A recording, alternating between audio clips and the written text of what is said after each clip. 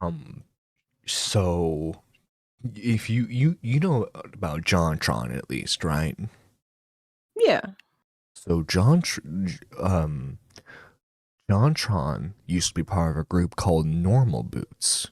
Normal Boots was run by Pro Jared, Gerard the Completionist, and a few other um, gaming reviewers. Okay. I was a big fan of like the majority of those people, and Gerard was one of them. You see, Hmm. as the name suggests, Gerard would complete a game. Early on, it was a review slash completion show, but nowadays it's just like he doesn't really go over the story of the game. He kind of just like he just kind of just like goes over the plot setup, and then like he completes the game. Okay. He has a whole like team around him now because like he has his main channel. He has a Let's Play channel called Super Hmm. Beard Bros, and he has a Patreon too. Actually, let's look at the Patreon numbers real quick. Oh shoot, it is. Oh shoot, it's the numbers are locked. Well, to give you an idea, you either have a $5 membership or a $75 membership. It's pretty much all or nothing with this guy's Patreon. Hmm. And let's see, we have a total of 2,000 members. Okay. So, Gerard, long story short, his mother was a victim of Alzheimer's disease. And so Hmm. he set up a charity in her honor. Yeah. Alzheimer's is nasty shit. It really is. I'm sorry, not Alzheimer's. Was it dementia? Dementia. Uh, I'm not It- sure what she had, but I think the charity was centered around Alzheimer's, it- possibly. Either Alzheimer's or dementia. My apologies. Yeah. It- and he would do charity streams yearly, and he would always tell Hmm. you where the money was going. The The money wasn't issue, going there, was it, John? no. But to be fair, it also wasn't going directly into anyone's bank account that we know That of. we know of. That could change. The We might problem, find out something because I know Muda has begun the process of submitting information to the authorities in California. mhm. And with what he's submitting, they will be investigating and there will be an update in the future. Mm. And what was I going to say? Shoot. So the money has been just sitting there for years. When did he start the charity? What year? Shoot, I want to say it was like 2013, 2013, Are you 2014, fucking kidding me? somewhere around there. Yeah. That fucking long ago? And the excuse that he like, because they actually managed to like interview him about this. His excuse is, oh, we're just waiting. We're just like waiting for the right charity to donate it to. But then like they would mention, um, they would mention all of the charities that they were supposedly donating it to. Like they would mention like, oh, we're working with this university to do donations, but like nothing would come of it. Bruh. Okay, what was Boogie doing there? Squatchin is very ADHD brained guy. My apologies. I'm sorry, but Well, this how can is you not go what the fuck with this. I mean, this is him, you know, like recreating what it's like to be with an Arkansas 8. Oh, See, Boogie, when he's not being a self-pity um, jerk, is very funny sometimes. yeah. Holy shit. Who made that filter? I don't know, some And when TikTok is their person. execution? Are you Because that saying is a war crime. people aren't allowed to make out with Shrek if they want to? Shrek is a married ogre. Well, maybe the marriage is opened. Boogie is a home wrecker. Oh my No, I god. don't believe in that shit. Fuck that shit. Well, Destiny does. Well, good for him.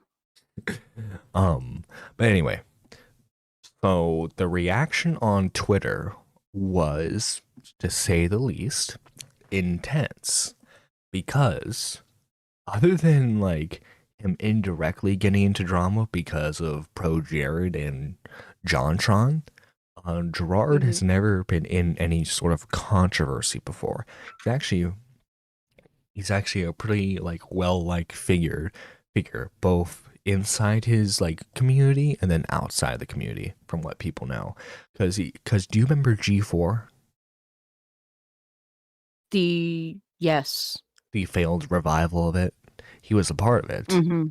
but like he wasn't the main issue everyone had with No. G4. Yeah. So the response was very bad because because his friends obviously came in defense of him. A lot of what they were saying was this wasn't actual this that they were saying that Muda wasn't actually doing an investigation, that he was just drama farming. My response to that would be, okay, how did you because like I'm not saying they had to actively follow it, but like everyone heard about the charity scam, Save the Kids last year, or was it? Mm-hmm. Yeah, I vaguely recall that one. Everyone remembers the Save the Kids scam. So like my question is, when he was calling out, that, was it drama farming then, or was it justified because the people involved no one liked? Yeah, I mean, people like to pick and choose what they want to be outraged at. Mm-hmm. And look, I get it. A lot of these guys have a personal investment in it because maybe they probably helped out with the charity, Mm-hmm. and you know Gerard's their friend. But Yeah. that being said, Gerard didn't help himself, especially when he God, no. decided to talk to Muda and Carl. Oh, sweet baby Jesus. I still can't get over that. 2013. Mhm. I was all Um, types of normie back then. yeah, because you know what? I think I lied. Let's show like one part. Carl Jobs, because Carl Jobs has a bit of it in his video. Muda has it too, but Carl's video is shorter. Mm-hmm.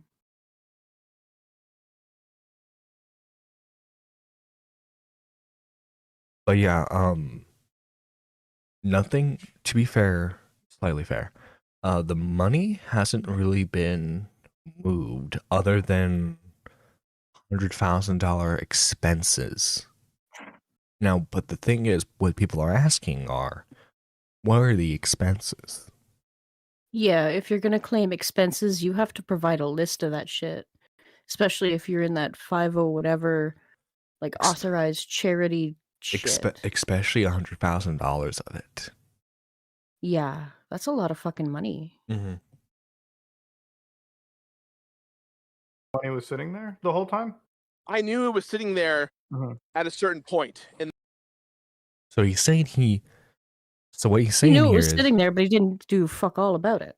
at a certain point. So like that means he thought the money was going directly to charity in the beginning, but some point down the road he knew that was just sitting there but then continued to say to people, oh, it's going to this, it's going to that.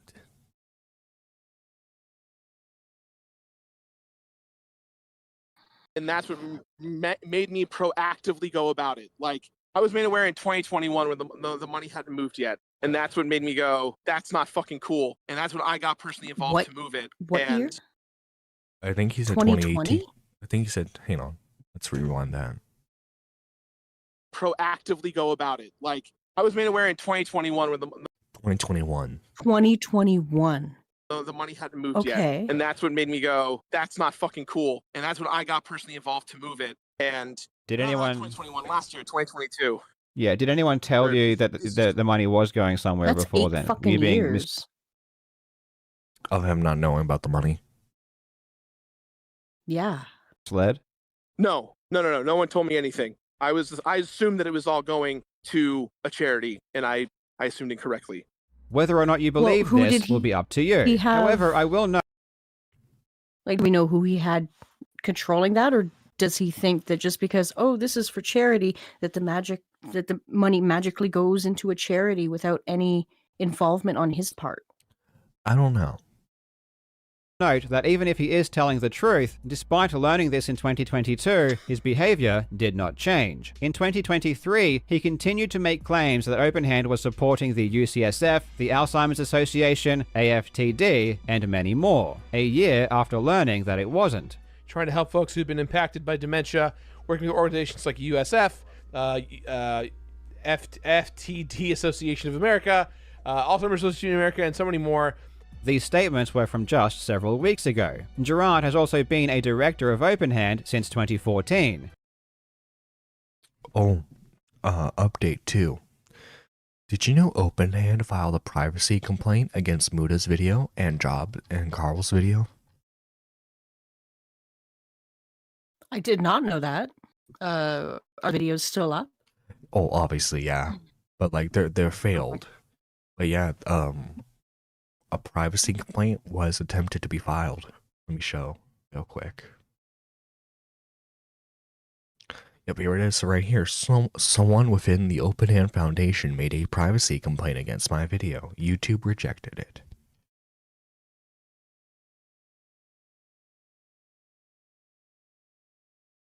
So it's very interesting that the videos are attempting to be taken down. Very interesting. Mm-hmm. Yeah. The most I've seen privacy complaints be used for is taking down criticism, not for actual privacy violations. Yeah. So it would take a lot to convince me he didn't know what was happening with the money. Well, to be fair, we don't know if that was him who did it. But it was definitely someone within the charity.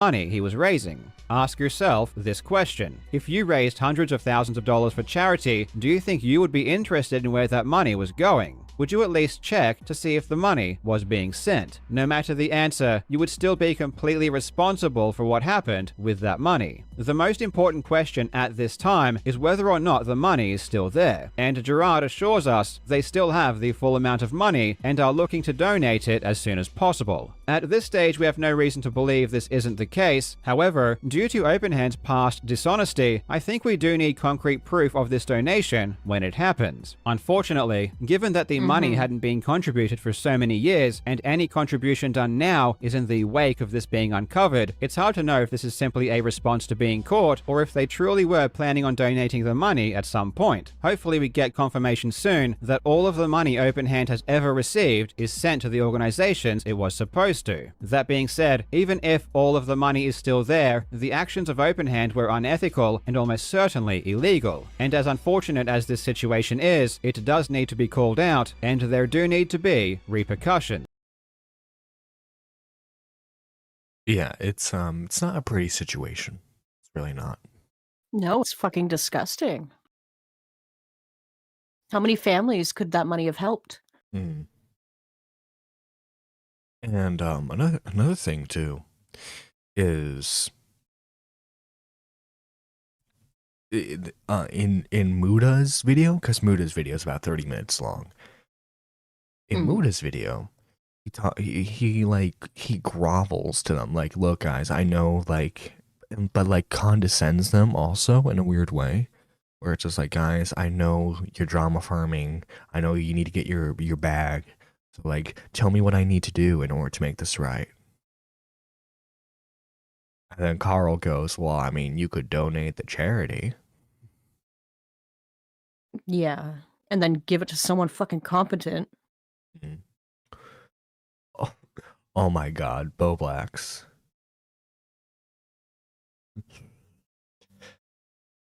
Look at that. Yeah, that's how you do it. Transparency. Which I would recommend anyone who does like charity stuff in the future, whether it's a stream or like a charity video, just do this, the YouTube Foundation stuff, because it automatically, like, whatever money you make off the stream or video, it automatically like goes directly into the charity, which I think is a much more safe method because like it's fully transparent. Yeah, and then you don't have to fuss with anything on your end. Besides, YouTube like, does all the work for you. Besides, like, the settings that say, yes, make this into a fundraising thing. Yeah, well, I mean... Gerard Khalil of The Completionist. This is a YouTube channel that I've been watching over the last decade, and I've loved everything he's put out. To me... Well, guess what? I'm a bigger fan than you are. Bo Blacks. Okay, that's the real debate here. That's the real thing. Okay, I'm a bigger fan than Bo Blacks. He was a YouTuber Chat, you who would never get here first.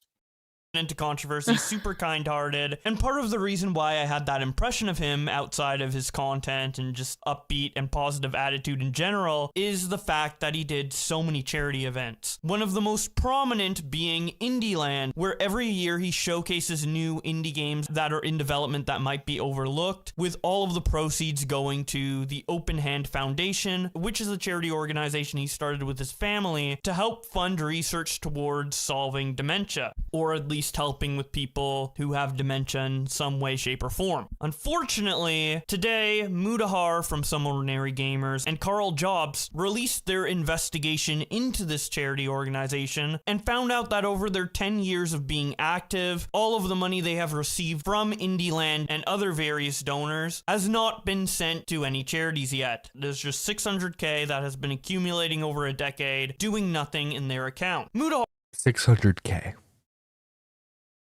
600,000 American dollars.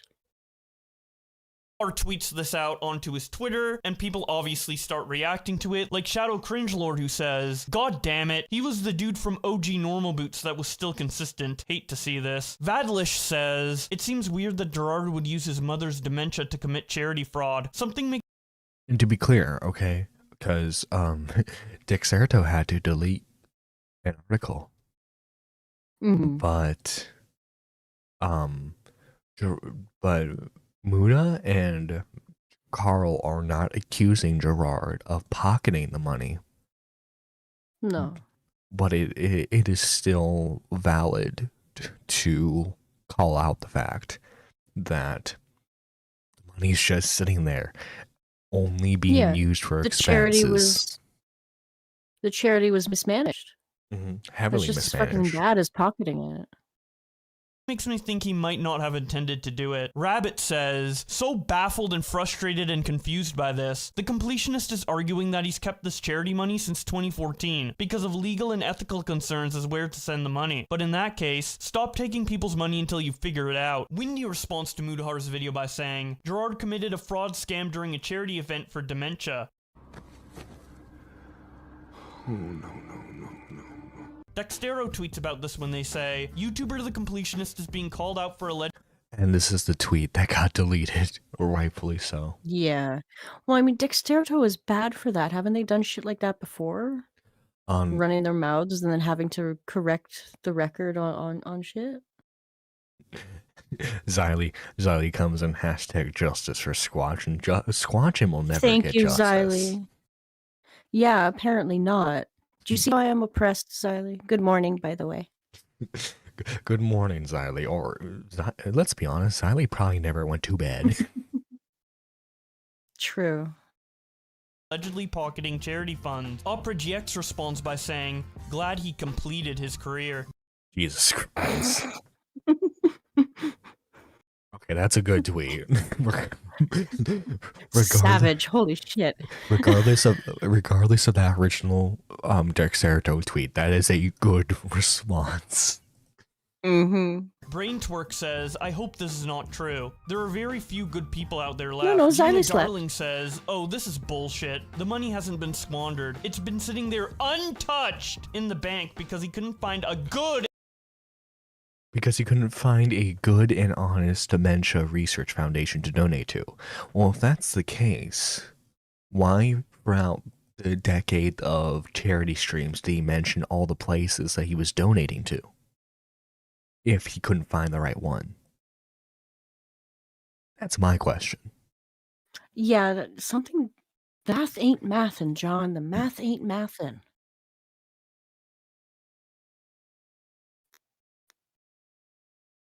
And there's actually oh, here we go. We got some normal boots people reacting to this. We have I saw a screenshot here. Where is it?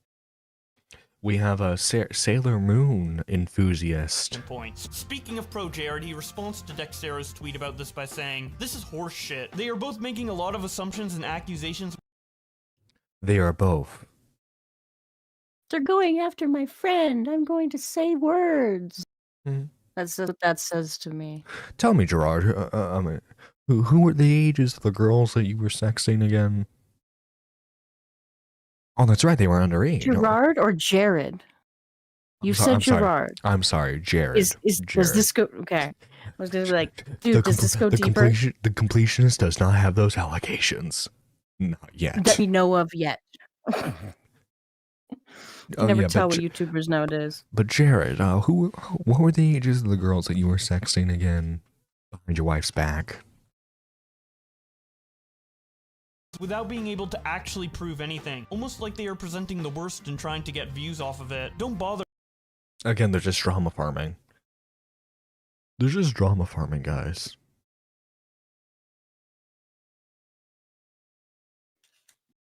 Imagining he pulled an Amber Heard and says it's pledged, so it's all good. Oh my god. That'd be funny. Twilight Midnight. Jesus Christ. They're trying to reach out to Gerard about it. No due diligence. Commander Riker responds by saying, come on, Gerard. At least watch the videos. They are both in a call with Gerard at one point. They have documentation of funds going in, but none actually going to any charities. Gerard's, I was actually going to do it today, sounds like a total cop-out too. People donated to the... No, yeah, they said, well, actually, we were going to, like, donate all the money this week, but, like, if we did it now, you think we'd be suspicious. So, like, he's trying to put it on Muda and Carl for the fact that the money hasn't been donated yet for some reason. This organization through hearing from it via Gerard Motherfuckers and shifting blame, I swear to where they are God. told it was going. Not to be sad in some company account doing nothing for the cause it's meant for. Mudahar quote tweets Pro Jared and Was says, at least gaining interest. Who knows? Like, Muda says, I literally have us speaking with him in the video. I hope you try to watching the video piece instead of blatantly lying about it. I'm actually quite charitable and offer no speculation. I stick to the filings and statements offered to me. You claim we present the worst, yet you blatantly lie about the content we uploaded. Stick to JRPGs. And isn't that funny? for real. Just watching, isn't that funny how they try to say, oh, you're portraying our friend in the worst light possible, when Muda is just sticking to the facts. Yeah, I'm pretty sure their friend dug their own hole. How is it on Muda? Legit. How is it on Carl? Like, That's a funny thing too. All he had to do was legit donate money. mhm. That's all he had to do to avoid this. A simple statement saying, whoever I had watching over the charity has mismanaged it. I found out, like, obviously, as soon as he found out, he should have put out a statement, right? Saying that We'll get it reorganized was first and managed. then make the statement, Yeah. I think, would be better off, right? But yeah, Mhm. because like he found out within like the last 2 years. So realistically, you're right. He should have, because like if this was like, say if this was found out in like 2018 or like the years Mhm. before that, he has an out because he never had like direct knowledge. It's weird that you're Yeah. the head of a charity and you don't know that it's not going to anything, but like you have an out, right? Yeah. Like if it were me, I would have an eye on it at all times because it would be my community donating to it, and I would want to share with them proof so that they could get excited about it. Be like, look, my donation went here. I'm helping. Like, oh my God, we raised such and such this year, and just been awesome. Like that kind of thing. Yeah. Congratulations, whatever community. This is what we've done this year. Come back next year. Let's do it bigger and better and I have build the us hype speaking that with way. him in Yeah. my video. I hope you actually try watching the piece instead of blatantly lying about it. I'm actually quite charitable to pocket anything. He said the money is still there and accounted for, pocketing charity money for personal use. No, yeah, and like a lot of the normal Boots creators are using the Dexerto like article to go after Muda. Which, by the way, when Muda found out that like that's what the actually here it is right here. He says, I want to say this is an insult to my research and Carl's research. All the time we put in, we were very matter of fact for news orgs to insinuate claims we never made by attaching our work is disgusting. We never claimed the money was improperly embezzled. That's for federal agencies to find out. Mm-hmm. Which hopefully it's not. Hopefully, like it's just been sitting there. I hope so. Yeah. Fingers crossed, but Mm-hmm. But yeah, it sucks seeing how a lot of these creators are behaving. I get it. It's your friend, and you're not used to drama content. But when the only thing that happens throughout these videos is they're just stating the fact, and then you behave in this way by saying that the worst light possible is happening, maybe it's just your friend messed up. yeah. Like, I get being supportive of your homies, but if your homies fuck up, you gotta hold them accountable. That's what being a good friend is. Or at least stay silent. Yeah, berate them in the fucking DMs. Mm-hmm. That's what I would do to you, John. If you pull shit like this, don't you fucking dare. Oh, well, I'm sorry, Squatch, and I actually have an account that has millions upon millions of dollars in it that I've gotten from YouTube over the years. Well, it's about goddamn time you pay me. I'm sorry, I'm having a bad connection, Squatch. Yeah, okay. I know where you live. Shoot. Ohio's not that big. I'll find you. It's all above board. Like it's not hiding in a Cayman account or anything like that. And that's the thing about 501c is that like if I did any of that, the minute I did any malpractice of that nature, literally the government would be like, hey, we're coming after you. And that's you know, at least legally speaking, everything's above board. And I understand that the question isn't so much legality and so much. Wait, what's this? John comes for my neck when I mess up. Hey, more so, I go after the people that are in that situation in general. Which, by the way, we're going over that Wednesday morning. That's gonna be fun. Oh, Jesus. Aye. I don't know if the Latina gangster herself is gonna be watching it, but you know, I made sure to do everything to make sure that it grabs her attention. You know, her face is properly in the it's gonna be in the thumbnail. Her bag is indeed mentioned. And so it's gonna be fun. Sweet baby Jesus. And What are you getting me into now? And Xylee. I'm gonna catch a block for this. And I Xylee. don't mind, but I did let Van Luke know that if she wants to buy my allegiance, all she has to do is just like she has to like one up your membership. Okay, so like you're a Super Nerd 1, which is the 99 membership. She has to become like a Super Nerd 2, or ideally a Super Nerd 3, if she wants to completely buy my allegiance. Okay, I can be bought, and my allegiances can be bought very easily. at least you're transparent about it, John. Much more about Unlike the Take charity notes, Gerard. organization. I was about to say, unlike the charity organization. True. in me advertising this event and showing people sponsors and all that stuff. Now, I think it's quite interesting to almost make it sound like this is about to be some crazy drama story, when in reality, this isn't some tabloid journalism we go for. I kind of find a weird insinuation of that a little bit insulting for me and my colleagues like Carl, people like CoffeeZilla, people like Barely Sociable, who do deep dives and investigative pieces on situations like this. I guess what I'm asking. Oh, Xylee's message is not showing up. Oh shit. Xylee, I was kidding. I was kidding, Xylee. Silas like, bet. I feel bad now. I feel bad now. Thank you, Xylee, for becoming a Super Nerd 3. Welcome to Super Nerd 3, Xylee. We appreciate you. Well, I'm sorry, Van Luke. I gave you the opportunity to have my allegiance completely bought, but now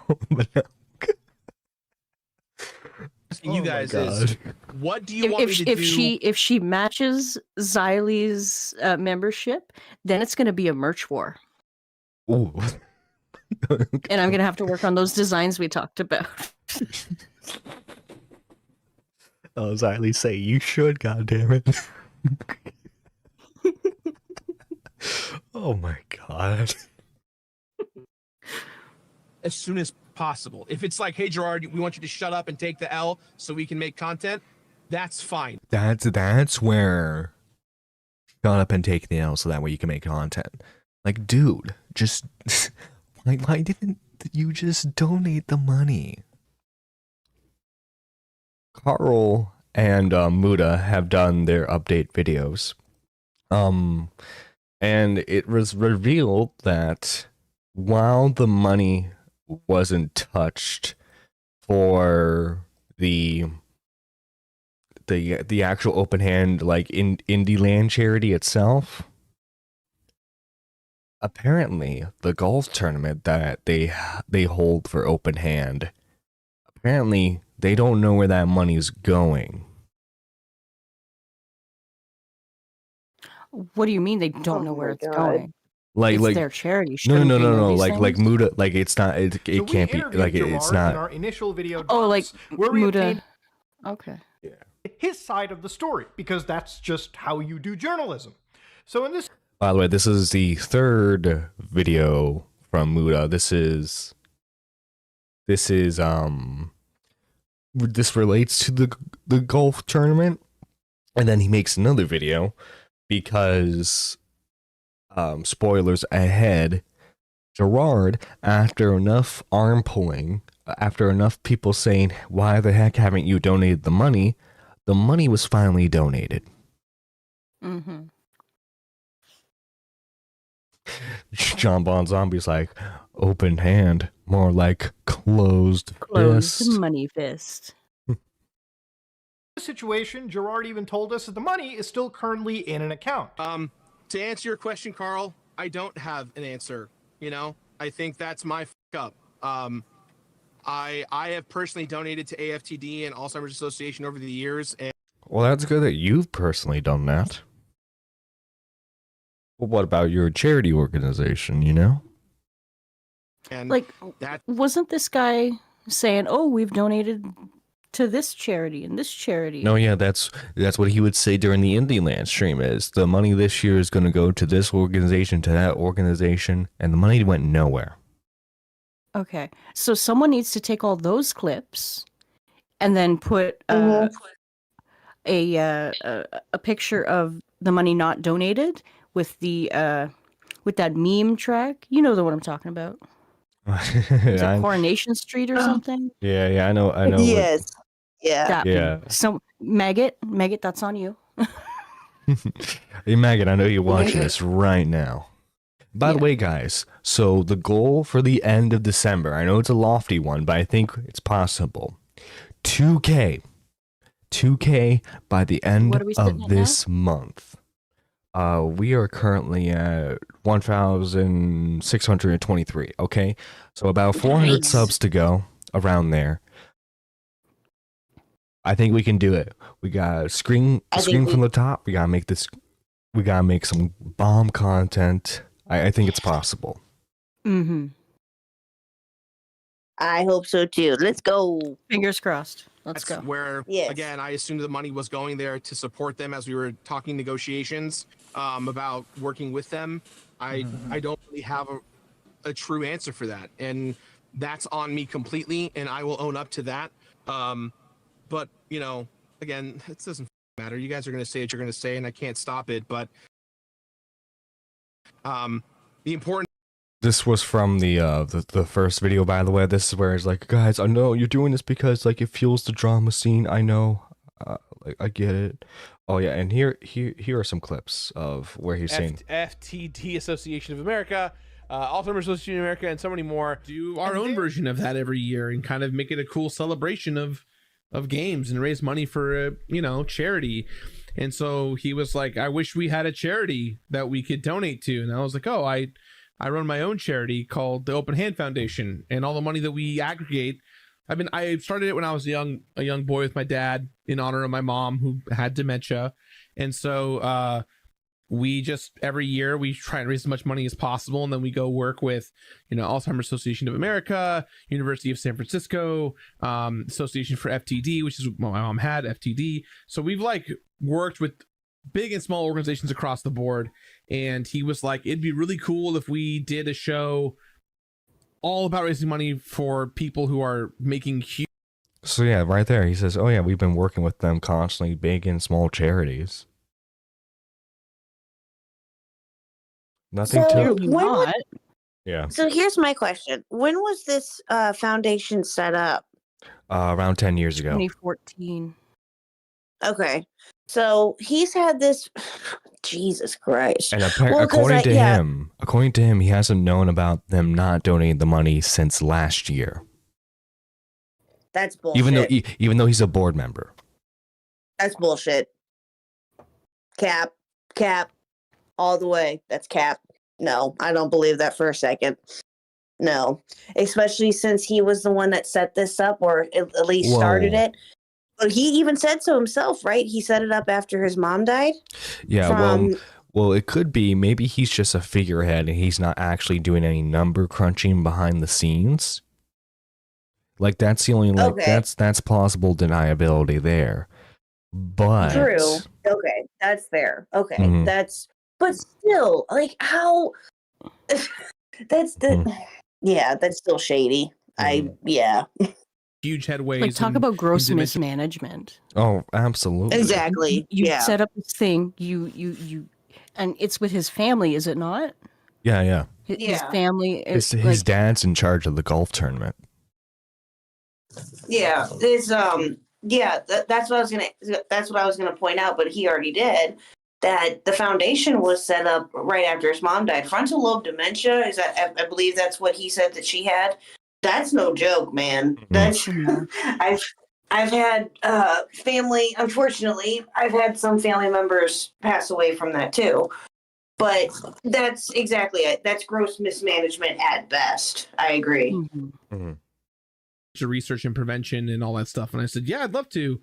We have the organization to do it. We just need to come up with a theme. And so we're gonna have it probably next year. No promises, but so for those guys who don't know, we had a show last year, and it went great, but it was very expensive, and TOBG covered the cost of it. But we have kind of a rule of like, we want to make sure that like as we do charity events that we're not costing the charity organization or really anyone outside of our awesome sponsors. The guys at FlyQuest who've been so supportive, we want to make sure that the money that we do raise actually goes to charity and is spent properly.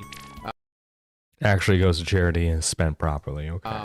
And so, surprise, surprise, hosting a convention-like event is very expensive. Into it was the organization in writing even told us that they were actively looking for benefactors.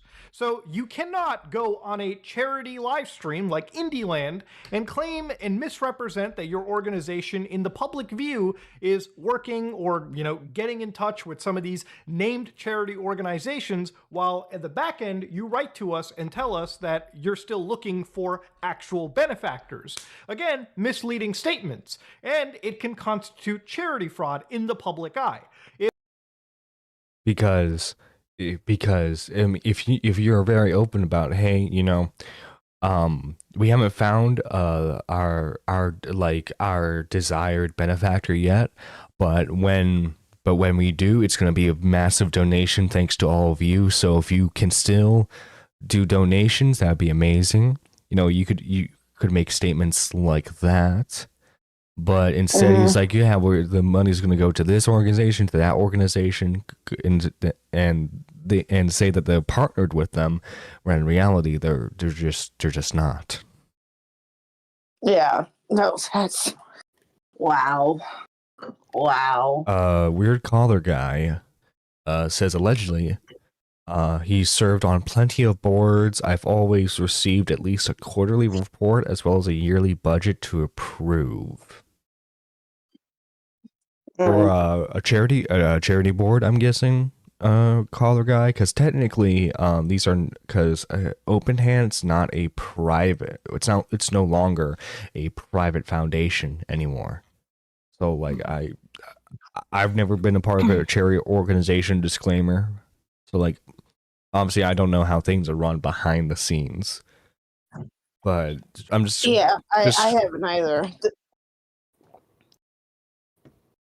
Squatching, have you? Somebody goes up. No.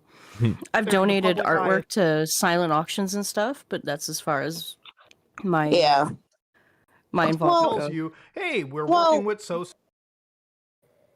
Yes. Sorry. The closest that I've came to was the Ghostbusters thing that Mr. Huck does.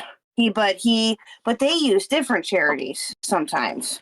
Sometimes they'll do suicide prevention. Sometimes they'll do some other local ones here. It just depends. But I don't know whatever happens behind the scenes either. And Lady Nerd says, yeah, I'm a charity. Help a youngish college student pay for better tech and pay for classes. Totally not spending it all on art. Yeah. Donate to the Open Nerdy charity. Open Nerdy. Yeah. The Open Pocket. Yeah. The Open Pocket Foundation for starving nerds. There we go. There you go. Guys, you understand, okay? Buying Common Rider belts is very expensive, okay? So oh Jesus, we need the funds for that. You gotta send me a picture of that shit too. I do. But you were just trying to find a charity to donate to all this time. That is basically a false statement. You are misleading people in the public, and that's where charity fraud gets into the mix. So again, since we made those videos, me and my update video, there was no public statement from either the Khalil family, Gerard, or even their lawyers sending out any correspondence to properly address this matter. So with each passing day, all the community can do is wonder, is the money even in the Open Hand Holdings account to begin with? Will it be donated to the charities that were name dropped on live streams and podcasts? And will it happen soon? These are the questions we ask. So yesterday, or maybe the day before, depending on how quick I can get this out and how vetted I can get all this information, my co-investigator, Carl Jobst, had released an update video where he dove further into what he now claims is a scam. Carl showed another event in the purview of the Open Hand Foundation, the Convenience Cup Challenge, which is hosted by Power Buying Dealers West. Those are some big fucking sponsors. Monster, Coca-Cola, and Pepsi. Mm-hmm. company founded Holy by shit. Charles Khalil, Gerard's father, the man currently behind the books, the president of the actual organization listed according to their public filings. This was obtained from the state of California's versions of their public filings. So again, ladies and gentlemen, looking further into it, I briefly mentioned the Convenience Cup Challenge in my second update video regarding this topic. And it was the only other listed event next to the Indieland event out there. So again, to understand, Indieland was raising money for the Open Hand Foundation. And PBD West has also been raising money for, as you can guess it, the Open Hand Foundation. If you go to their actual website right now, ladies and gentlemen, the actual page in this case, you can find out that PBD West Convenience Cup, if you look into their pricing tiers for their sponsors, in the bottom right, you can see check payment to, basically write a check to the Open Hand Foundation. And of course, I'm going to block out the address and the numbers so I don't get privacy guideline strikes on my channel. But the Yeah, Carl got that. Shit. Yeah. Unfortunate for him. Wow. But yeah, as you can see, yeah, this delves a lot into the weeds of the idea situation. here is you write checks to the Open Hand Foundation. So again, the money should be going to the Open Hand. So yeah, like when you sign up to do this and you become a sponsor, your money is supposed to go directly to the Open Hand Foundation. And in Carl's video, he shows that the event gets anywhere from 30 to 60K every year. Wow. So, to understand, if you watched Carl's video yesterday, you'd probably realize that what appears on the surface is that there is a pretty glaring discrepancy in the revenue that is reported. It seems that the Open Hand Foundation may be underreporting their actual money, okay? Because there are more multiple sources, and it seems not all the money is properly accounted for. So, what do I mean by that? It appears that when we look at the public filings yet again, the money that they raise doesn't actually factor the golf tournaments. So, especially towards the years of 2019 and beyond.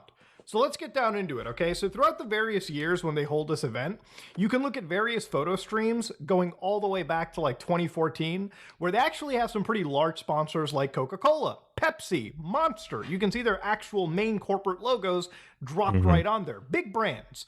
And what you can actually see here is various tiers that they have isolated these systems by. Now, according to their website, once again, if we look at the pricing for these tiers, you can see that sponsors can place their branding if they pay $10,000, $8,000. So yeah, like the lowest you can go is 300 with this. Yeah, but like still like, and there were charities who were probably donating to the $10,000 range. Monster and Pepsi, it seems, were at least the premium sponsors for it. In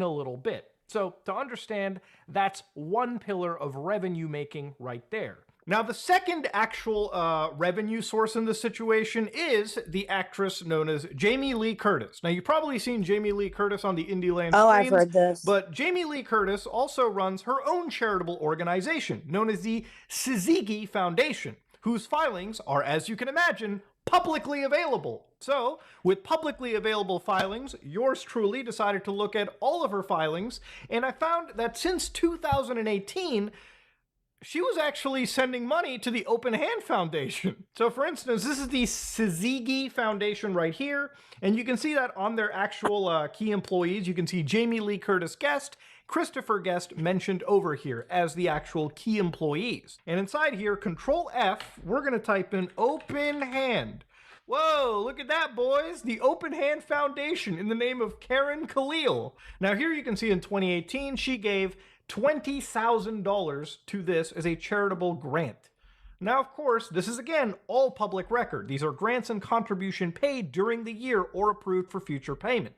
And again, if you go to the year 2019, again, Control F, Open Hand, whoa, right here, charitable donation of $10,000. So again, if you go to 2020, you type in open hand, you'll find, whoa, $45,000 this year sent over in the name of Karen Khalil. $45,000. Jesus. Wow. So 2021, there's another donation as well too, and you can guess it. She sends the Open Hand Foundation $25,000. And of course, 2022, because why not, she sends, believe it or not, $25,000 yet again. What's another interesting catch for me over here is for the last time we looked into the Open Hand Foundation's public filings, they list themselves as a private exempt organization, as is Jamie Lee Curtis's own Skizizi. So, give a bit of a spoiler. Gerard will try to explain this in his own video. The whole, like, well, in some filings it's private, some it's public. Shouldn't it be the same across the board? So he'll get into it on his end. Mm-hmm. But yeah, it's in, like, the rest of this video is 45 minutes long. I have no doubt in my mind Muda combed through this with a fine comb, and he does his research. Oh yeah. Yeah. There's no doubt. So after this video came out, it was revealed that they finally did the donation. Yes. Yeah. But the issue is, and as Muda stated in one of his videos, if you account for inflation with the years that this charity has been operating, they're getting less money than they should. Because it's not a bank account. The money doesn't it's not like a standard bank account. The money doesn't increase in value. You know, there's no rate where it's like, oh, well, this $10 might turn into $15 like down the line. Yeah, there's no interest. Yeah. Yeah. So yeah, the money stayed its fixed rate, and so the charity was getting less money than it should. Jesus Christ. You can't see it, but I'm making a fucking face. I am too. That's wow. Helping families affected by frontotemporal degeneration today announced that it received a $600,000 gift from the Open Hand Foundation. Now, to understand, we've been covering the Open Hand Foundation for literally the last month, me and Carl Jobst, and one of the interesting parts about this investigation was we looked through their public filed IRS records, which showed that they were basically capturing money. This is the most recent actual disclosure to the IRS, the recent 990 PF form, where they ended up having $655,000 by the end of the year. And of course, they were literally contributing nothing of it in payments to charities, grants, or contributions. Now again, throughout the entire life cycle of this charity, at least on paper, they were not actually sending any money over. Me and Carl actually interviewed Gerard, and we had a discussion with him as well about this. And unfortunately, it seemed like our reviewing of the paperwork matched what Gerard has told us, that at least the money is there. But yeah, he found out about it 2022. Should have probably donated earlier than that. But no, and like this is my thing, right? How long would it have taken if Muda and Carl didn't do the videos? That's a very good question. And actually, that's what I was thinking too, because I was thinking when I found out that he donated it, I was thinking the same thing. It's only because Muda and them lit a fire under his ass. Yeah, I mean, yeah, great. They lit a fire under your ass, and you did it. Great, cool. Congratulations on doing the bare fucking minimum. And if we're taking what Gerard says at face value, and he didn't find out that the money wasn't going where he thought it was till 2022, well, the money should have been donated in 2022. Exactly. Yeah. He should have made a statement. Hey guys, I don't want to alarm you, but I just found out that the money that I said was the going to money these that we've been places collecting the last decade. wasn't going to where sitting I in thought the it bank was. We have corrected the remedy, and moving forward, all donations will be given within the year of donation, that should have been stated. Yeah, exactly. But like, I hate to say it, but technically Hassan Piker has done more charity work than you, Gerard. At least once in a while, he hosts a charity stream. Yeah. yeah, that's Think sad. about that. Rare Hassan Hassan Piker for you. has done more charity work than you. That's sad. That's really sad. It's sat in account this entire time, yes. But there's been no evidence of the money being touched to spend. I wonder. Minus the expenditures. But we don't know what details the expenditures have. Oh yeah, true. Well, let me ask you this. So it was in total, it was 660,000, right? Yes, around that number. Yes. Was it that amount because of how much devalue the money had from it sitting there, or was that the total amount that was supposed to have been donated, but it just, or that was money that was in the account. That's the money that they accumulated over the years. But again, like I said, there was no interest included. No interest. So you get if you were watching an Indieland stream in like 2018, that $10 from 2018 is still worth $10 sitting in there in 2018. Yeah. Wow. Mm. Yeah, well, that's what I was thinking. I'm like, wasn't it? Well, if that's the case, like with the interest and stuff, shouldn't it have been more? I guess, is that what the question was too, or? Yeah, the account that was set up had no interest. Wow! Mm-hmm. Wow! Oh, that's. Well, I mean, it's to be fair, I believe that's standard for charities. Like they obviously you don't want money to be interest for a charity. Oh yeah, okay. Well, then that makes sense. Okay, well.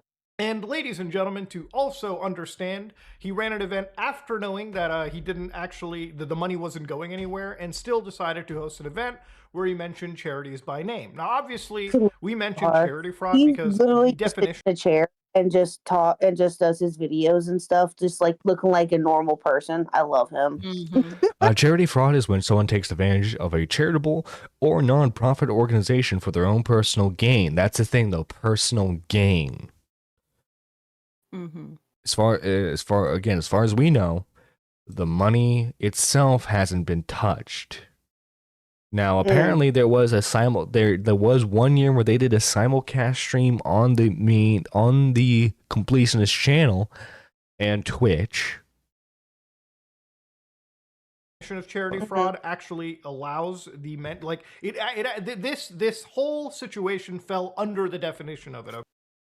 Okay, which is not good legally speaking. So for the longest time, we wondered, is the money there? Remember, we were initially told in that Wait. Fraudulent activity can also occur when someone makes dishonest or inflated claims about how much money they have raised or how much it has helped the cause. Some money common ways to commit charity frauds. Pretending to be a charity. Oh, okay, yeah. Which that's false. So for the longest time, we wondered, is the money there? Remember, we were initially told in that call that, hey, we were planning to send the money as of today, literally as we were calling, which shouldn't have been an issue. Obviously, if we'd have made a first video, they should have probably made a donation right there and then. But unfortunately, it did take weeks for this situation to come out. But thankfully, silver lining, and again, this is the bare minimum, like I said, but again, good foot towards actually making a charitable donation.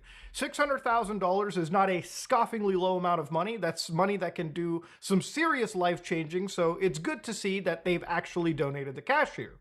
So they actually donated it on November 29th, which is just before me and Carl made our second round of videos where we actually investigated further into their charities and their charitable events, where it turns out that they had a golf tournament that appears to be raking in some serious money.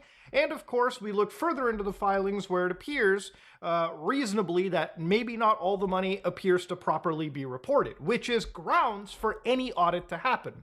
You know, people have wondered if we're just Snitchy McGee over here, but at the end of the day, I pay taxes. Everyone, I assume from the United States here, pays taxes, especially if you work there. We pay taxes to these government bodies, so obviously if there's some malfeasance, allegedly, we should get the government to look into it. That's literally their job, okay? Make the government do its fucking job. Anyways, though, the gift will trigger matching funds for a drug discovery initiative, resulting in $200,000 in additional support for FTD research. So it seems like there's another group that's also putting in $200,000, which I guess is matching up to $800,000. Open Hand is giving $600,000.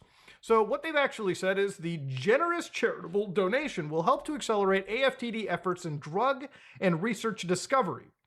A portion of the gift will also be dedicated to a small grants program to empower people whose lives have been affected by FTD. Something I actually mentioned in my video, one of my videos, where I talked about, hey, this money could be given to people to assist with nursing costs, right? Families oftentimes give up their jobs just to take care of somebody who's been affected by dementia, because this does become a full-time caretaker job, right? So Yeah, so again, it's good the money was finally donated.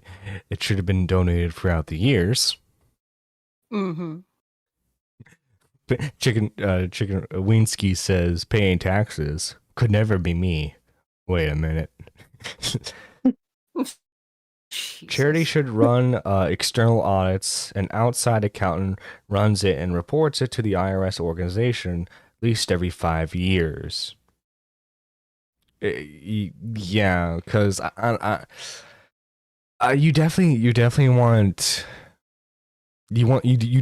full transparency, and it's just, man, it's like Gerard, you could have avoided all of this, man. You could have avoided all of this. Yeah. Yeah, Well, by keeping a closer fucking eye on your shit. Exactly. Yeah. And that's the thing, is that, like what we were saying earlier, is that it could be, you could chalk it up to, super gross mismanagement. That's possibility. Or, other things could have happened too. But it's still like, I really hope that this doesn't happen again with him, or with anyone for that matter. Yeah. Either do you work for a living, or do you take care of your flesh and blood? It is a very, very tough choice for lots of families that don't have that financial flexibility. Anyways, though, we are grateful to the Open Hand Foundation, says Susan Dixon, AFTD's CEO. Our organization is ideally positioned to ensure that this generous gift directly benefits. And like, okay, what's going to happen now? Like, is it going to be another 10 years before they donate? Right. Yeah. Exactly. Like everything comes into question. Everything comes with it. Like, and it should, rightfully should in this case, because that's shady as hell. Like everything is going to yeah. Oh, wow. Do we know if they're getting audited? Gerard says he welcomes an audit. Okay. Now, to understand, this is a charity that was mentioned before, and it's kind of interesting because I remember when me and Carl first got our written, response from the Open Hand Foundation, they were still trying to examine charities, right? They couldn't find anybody that fit their, worldview, their utopian idea. Yeah, it takes 10 years to find that perfect charity. Of charity, and after so many years, literally in the last 3 weeks. D-Max, shalom. How are you, good sir? Hello. Hi, I'm doing all right. I was listening to the show a little bit. Thought I'd call in just to share my thoughts. I don't have a huge, big opinion about this. I've been kind of mum on it, other than just kind of making fun, But one thing that I did hear, and I know that you said that I think you're going to get to that. His response, Gerard's response. But I think he did say that he was going to be closing down the foundation. So any charity events that or like, anything that would have been a charity event going forward is just going to be completely for profit, is my understanding. So I think that's an interesting sort of a tell. To be honest with you, I don't know what it is. This is me just speaking from my gut, and I'm the type of person, at least with when it comes to legality stuff, and I want to see the dust settle first. I have it. I don't know. From some of the things that I've seen from Muda, he definitely knows more than I do. But for whatever reason, with this drama, I have a weird gut feeling that it's like something's not right here, and it's not in the way that like I said, it's just a gut feeling. I don't know. There's but more to it. Yeah. Yeah, because like I think, and here's where my gut is telling me this is, and I again could be completely wrong, but just based on what I've seen, I think what happened was Gerard had some sort of a family member. It could be his father, even with the golfing events and stuff. That was basically he put up in charge of like actually donating the money. And this entire time, Gerard just like went forward with his own business and his own life, just assuming that money was getting donated. And then it like kind of sloshed around in this fund. And I think it could even be the case. And maybe I'm wrong, but maybe their mentality about it was that, and this is me being fucking grossly charitable, so I apologize to anybody who doesn't like hearing this, but honestly, this is my thought. Maybe they were thinking that like, what is the difference between sending, because it sounds like the money that they were getting per year was like somewhere in the 60,000, maybe a little bit less depending on the year. So like 60,000 per year over 10 years, or whatever lump sum they eventually get up to when the charity really gets going and they have a big fund for it. I don't know what's better for a charity. I don't know if it's better to send $60,000 a year over 10 years, or if it's better to give $600,000 after 10 years in 1 year. You know what I mean? I don't know. So it could be a problem of mentality, and that's why everything is so vague and strange. Because I did think that Gerard's response was interesting. It was interesting that he kind of just like sort of kneeled on the thing of like, yep, I should have sent the money. We should have sent the money. In hindsight, yep, 100%. But like, I don't know. I don't know why you wouldn't do that versus just like donating the money, because obviously he had it. So like, that's the other thing too, is I don't know how outraged I'm supposed to be after the money was, I mean, the alleged amount of money that everybody, and it sounds like people are assuming there's more money, but even like Muda said in that video, it's not like $600,000 is not a scoffable amount of money, especially if the typical charity thing that they're getting is somewhere in the $30,000 range. And then they're getting $30,000 more from people like, what was the actress's name? Jamie Lee Curtis. Jamie Lee Curtis, right? So maybe there's more. It could be that, it's above 60,000 a year or whatever. And then that would put them in the territory of like, okay, well, hey, now wait a minute, but I hear this whole thing about like another company or another charity or whatever the foundation or whatever that organization is matching that amount of money. Again, that if that was an agreement 10 years ago, maybe it was a matter of like, hey, why give 60,000 this year and have them match 20,000 of it versus us giving 600,000, then they have to match 200,000 of it. There's weird things like that when it comes to charity that makes me go like, I don't know. It doesn't look great. I'm not saying that like Gerard's vindicated or anything by what he said, but I just don't know. And I think that it's very easy to make it seem like a lot of this stuff is bad when it could just be, as people have been saying, kind of hapless, like they just didn't know what they were doing, kind of a thing. Yeah, so I could be wrong about all of that. But, my only thing is like, okay, so like if like let's say the father, the main guy in charge of this charity, the father decided, you know what, we're just gonna sit on, because like Gerard said, it's not illegal for them to hold the money. It's only if they misproperly spend the money, right? Also, I don't. Sorry, not to cut you off, but I don't know this either. I don't know, because I know how like a normal private company would work in terms of events and stuff like that. The idea is that like, you make your money so that you can pay your people, but then you also make enough money so that you can do the next event. I don't know how charity organizations work in terms of being able to pull into their own funding. I know that's how a lot of charities get into trouble, is that sort of thing, but I know that it's not just necessarily illegal completely. So I don't know if maybe this is a situation where they have this big golf tournament every year. They've got I don't know if it's one or several gaming events or whatever. like it could be the case that they're just like, okay, we're going to keep some amount of money in here in order to do that, in order to just like fund these things. And then going forward, at some point we will donate the lumps. It could be all of the things that I just said combined. I just don't feel like we know. And it seems like the way that Gerard responded, it just seems to me like there's just something else there. I don't know what, but it's I think he's defending family. I think that's the only thing that makes sense to me. For sure. Because like it's like if I remember correctly, other than his dad, like I think a lot of his family members are like the main heads of the organization, which is a red flag, to be honest. I don't love that. Yeah, and we'll also like this is my thing, right? Okay, and good example, like you just brought up family, right? Why didn't his dad tell him, hey, Gerard, stop saying that we're like giving this money immediately to these people because we're not doing that yet. Though. But it makes sense though, because I mean, do you really expect the dad to be watching Indie World? Like I'm just saying, like if this operates like a normal family, I mean, sure. Like and also too, it's like I've seen my share of like events. I've not worked a charity event, but you sling words around. It's just like, oh yeah, we're going to be donating all this money, and like who's thinking like legality or legal things when they're just like doing like an Indie World style like charity event, I don't know. I mean, there are things that you can say. It's like the lump sum of all of the totality of like all of the problems here make it look really, really bad. But all I'm saying is that if you take these bite by bite, you can see that they're all maybe just individual issues that don't necessarily add up to malfeasance. That's kind of where I'm at. I agree. They messed up. They should have just been donating money. Sure, 100%. Unless there's like some sort of weird agreement like I talked about before. I don't think that's the case, but it could be. I just don't think that all of this necessarily adds up to Gerard's a bad guy and was pocketing the money. Maybe somebody else. I don't think Gerard, though.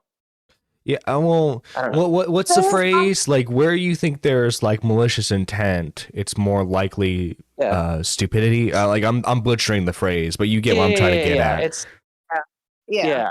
ignorance rather than malicious intent. Yeah. So yeah, I think that's my whole thing about it. I don't know. I'll say this: like, a lot of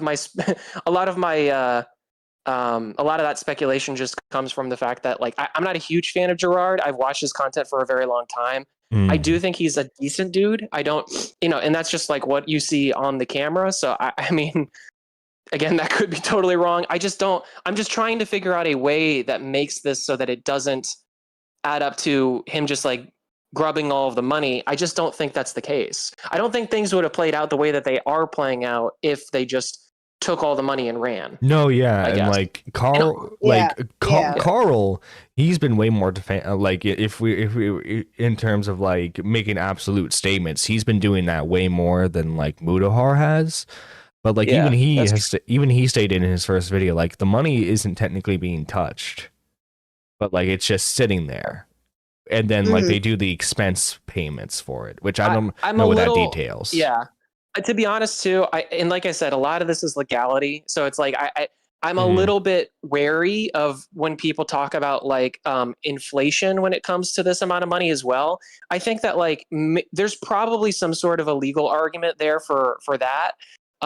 It's a little bit confusing to me though, because like money is worth money. It's not like they were using the money to do a business, as far as we know, with that money. If that money was just sitting in a bank account, or like sitting in some fund somewhere, unless it's like a specific type of bank account or a specific type of fund, it would not be gaining money just by sitting there. Right. So yeah, I think that like people throwing around the whole thing about inflation. Yeah, I think that's a little bit like, all right, that's shifting the goalpost now, I think. And I don't like seeing that. I think it is. For me personally. Maybe I'm wrong, but that's me personally. But like, I mean, like the reason why I bring up inflation is obviously within like the last 10 years, especially with like multiple recessions, like COVID. Sure. Like the value of money has changed. I get it. No, and I get it. But what I'm saying is that like, if you were a normal person, right? And you just had that amount of money in a bank account that didn't have any sort of like a growth aspect to it, it would just stay that amount of money. It doesn't matter. Like, yeah, the value of the currency would change, but the actual numeric number of how much is in the account wouldn't. And I'm just saying that, like, if you apply that same logic to a charity, it makes sense. And I don't think that you have to imply necessarily, growth on that because of inflation or whatever. Maybe I'm wrong on that, but that's just my sense of it. Like I said, I don't know. I mean, we'll know about this.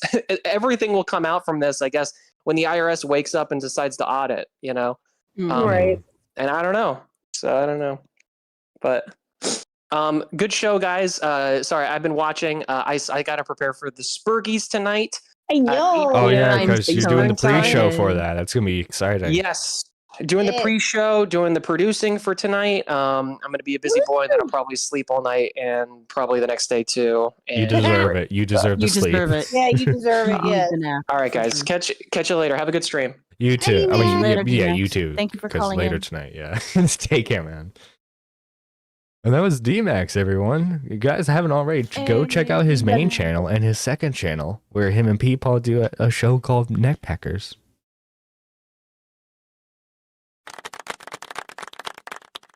Thank you, Squatch. Thank you.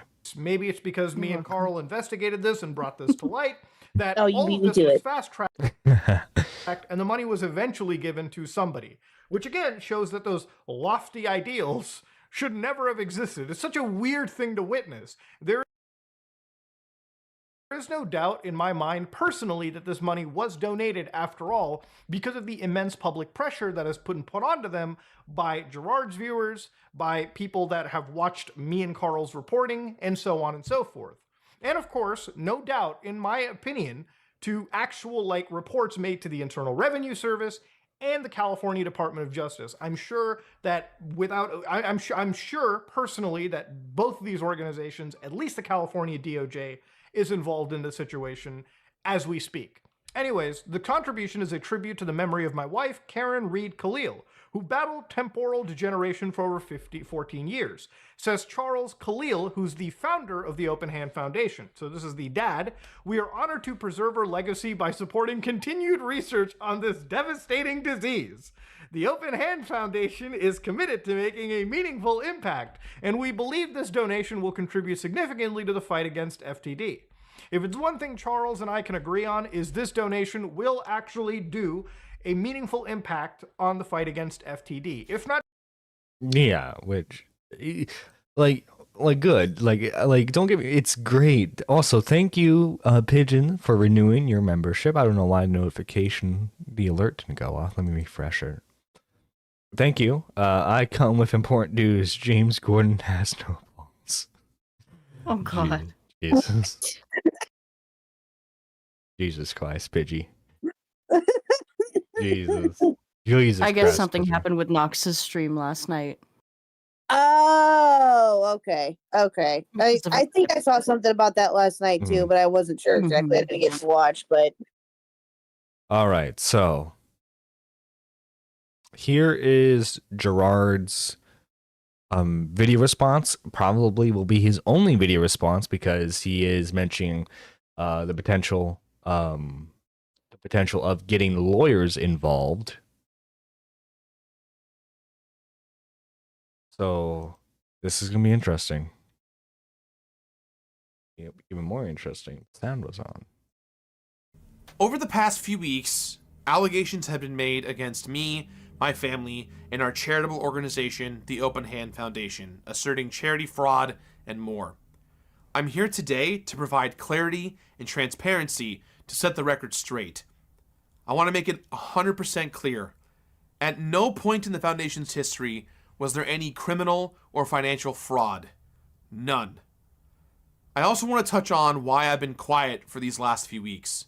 A lot of folks have been saying that if I didn't do anything wrong, that I should have said something sooner, or that my conversation with the accusers was considered my full side of the story.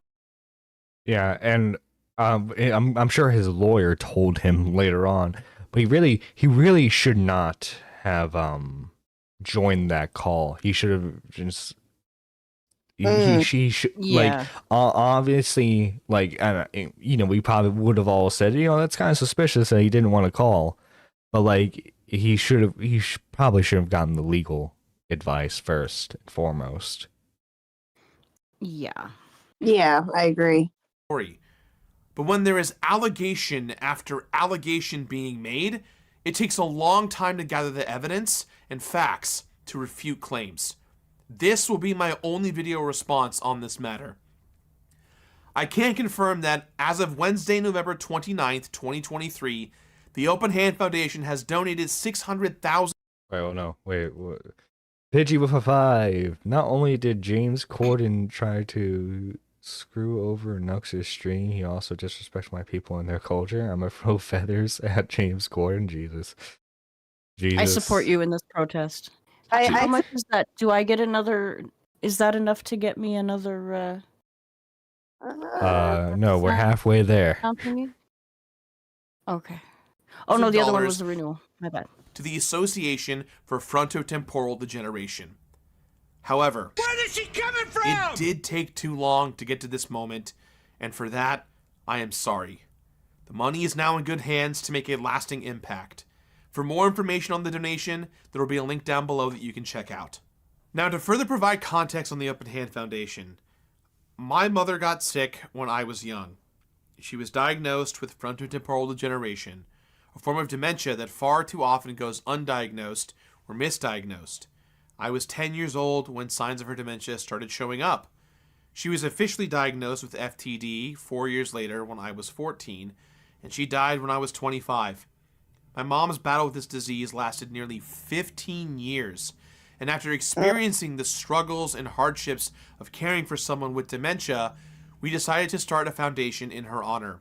Before this, my family had been donating money as well as spending time with my mother, academics, and doctors to help them with their own understanding of FTD. My father runs an annual golf tournament, and this golf event hasn't always contained a charitable component, but has always been in dedication to my mother. See, that's where in the video, it clearly in Muda's video, it clearly shows if you want to become a sponsor to this event, that you sign a check to the Open Hand Foundation. Mm-hmm. See, that's where I'm that's where again, I'm not a financial expert. I'm not an auditor for the IRS.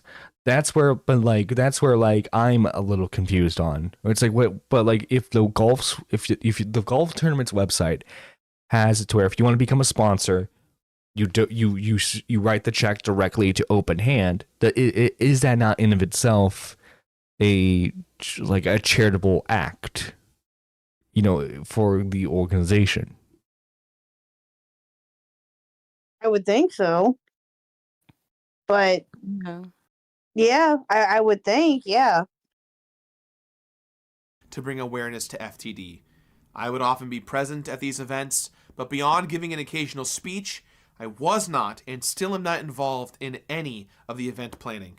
In 2018, I took two things I'm passionate about, indie games and charity work, and started IndieLand to highlight the indie game community and raise money in honor of my mom for a good cause. During several recent IndieLand events, press interviews, and podcasts, I went on record saying where the money was going to and that the Open Hand Foundation had worked with various organizations. At different points, the foundation had been in communication with or considered several of them, but it was not appropriate for me to make such statements when final actions had not yet been taken. The Open Hand Foundation's goal was to make a large impact by donating the money to the right place. And a lot of the conversations that were had with various organizations involved the funds not being restricted or came with extremely high administrative costs. Look, any way you say this, action needed to be taken. And to that point, I'm sorry. I'm glad he rips the Band-Aid off of that. Yeah. But yeah. I wish as soon as he found out, he was upfront like, hey, I was wrong in the assumption that this money was being donated straight away. What we're doing is we want to make a huge impact by making one big donation, and like you get what I mean. It's I don't know, I'm excited and anticipating to see Muda's response to this, because apparently, to give you an early look, Muda, He found discrepancies. apparently Muda did find discrepancies. Yeah. I think he's going to respond today, right? At some point today. Yeah. Probably this afternoon.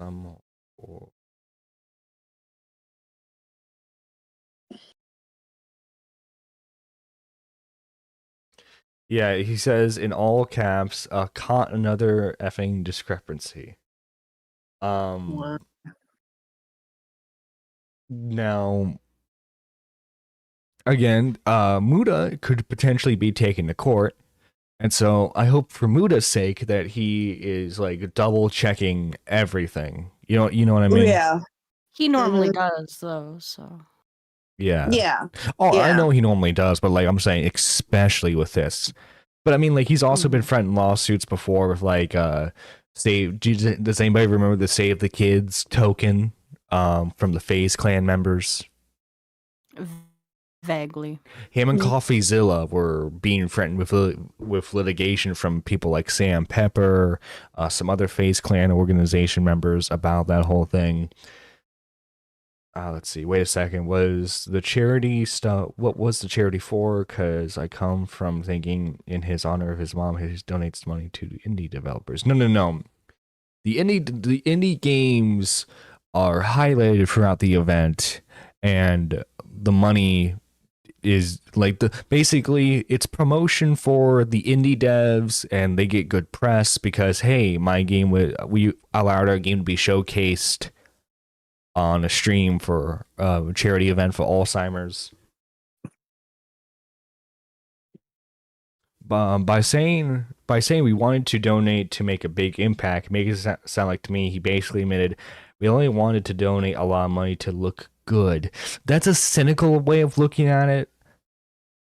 You know, and like obviously I can't stop anyone from thinking that. Admittedly, like simply because of like the circumstances surrounding the donation, I myself can't help but feel like that sometimes. Also, Jesus Christ, K-Huck for the Squatch and Soundboard Fund. Squatch We're back up to 4 sounds. Yeah.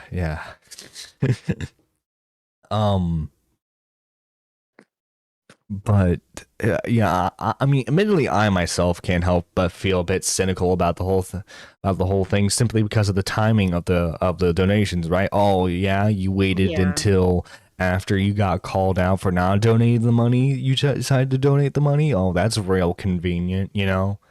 I'm cynical as fuck when it comes to this shit. Mm-hmm.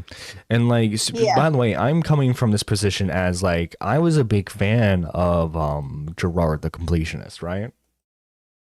This is my first experience with him. Well, he makes good videos. First impression, you know. He makes good videos, I swear. After all this, I don't plan on watching any of them. I've heard of him before. He was associated with Game Grumps for quite a bit, and I think he still is.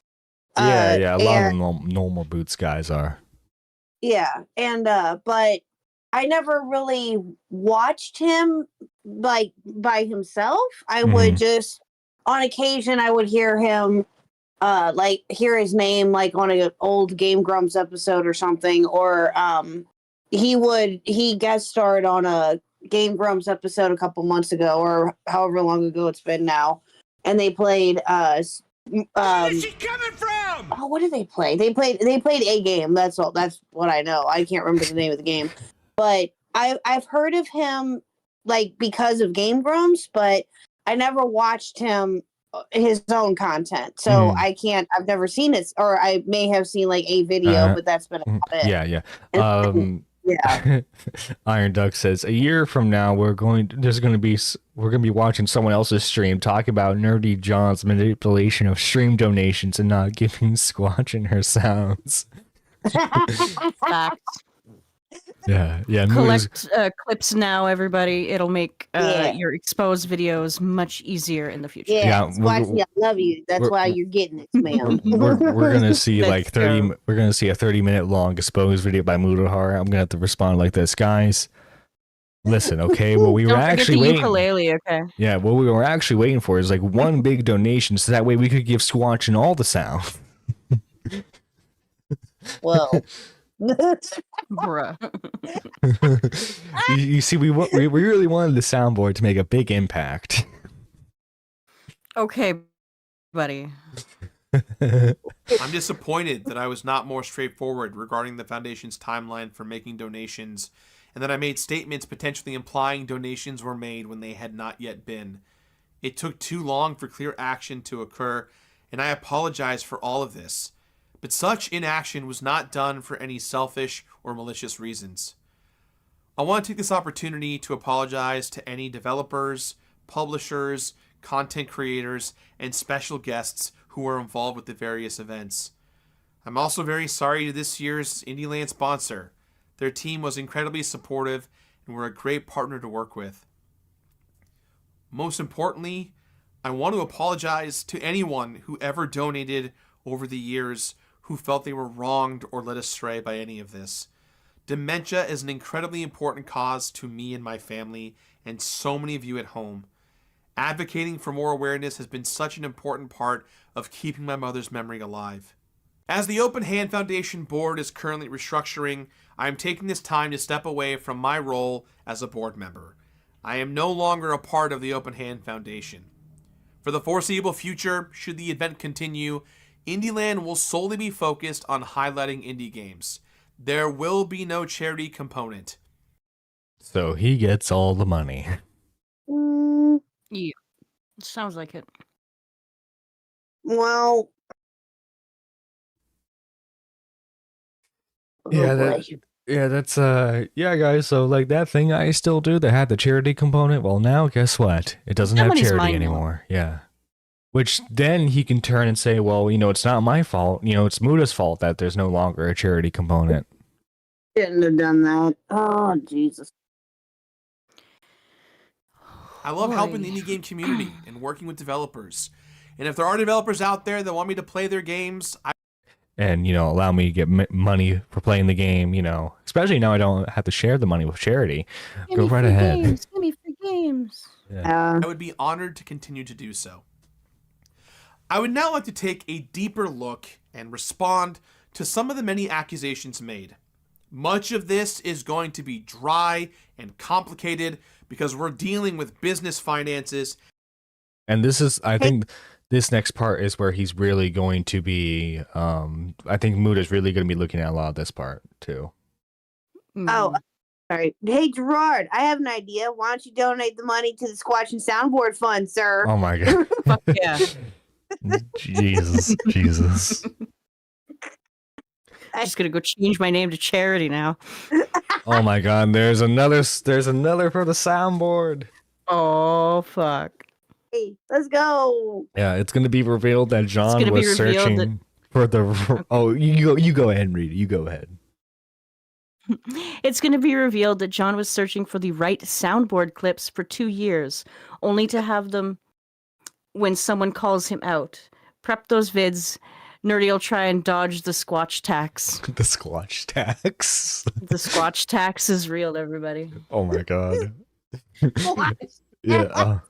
I was not nominated for a single thing in Milltown's award show.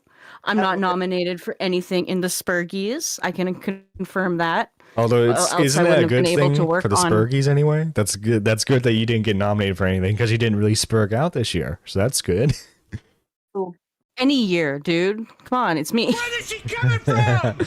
Dominic I'm about to spurg over these. I'm about to fucking spurg all over these fucking sound clips. Give me my sound clips, John. Oh no. I know where you live. Oh no. Gosh, she's fiending for those sound clips. I gotta get them soon. I'm jonesing, yo. He's got Stretching my arms. Oh yeah. Dominic says this might also be cynical of me, but him saying I'm disappointed instead of saying I'm ashamed that this happened just rubs me the wrong way. I'm sure his lawyer, because I'm sure a lawyer approved this video beforehand. I'm sure his lawyer, said, hey, let's do a couple versions of this, and this is probably the best one for him legally speaking. Yeah, baby. It's I don't know. The whole thing is I kind of agree with Dominic. The whole thing is just it's rubbing me the wrong way too. I agree. No, and it rubs me the wrong way too. It's just like D-Max was saying, like maybe this, like, on an individual basis, this wasn't malicious necessarily. No, and I agree with that. I think that it wasn't it wasn't intentionally malicious. Again, like what we were saying, I think that it was gross mismanagement of some sort, and just, I think that that's what it boils down to. But obviously we'll find out hopefully more in Muda's video today. We'll see. What I'm going to suggest is any YouTuber who wants to do charity work in the future, YouTube actually has an automated system that you can, if you go into the settings of your video, you can actually change it to where any money that the stream and or video makes goes to a charity of choice.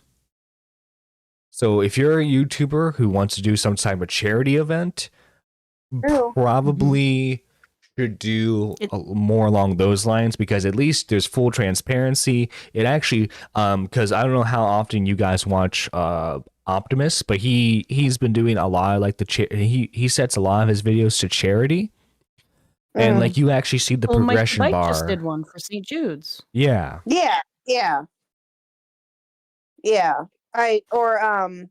Oh gosh, what's another good charity? What's the charity that Jacksepticeye uses? I'm not too familiar with that. I'm not sure. He uses when he does his I think it's his end of the year streams, which are like, I don't know. I think it's around this time, if it didn't happen already. I can't remember the name of the charity that he uses. I'll have to go back and look, because I've only seen it. Hang on, guys. We gotta call out Minna, because Minna was late. How could you do this to us, She's Minna? a green bean. She gets the pass. Okay.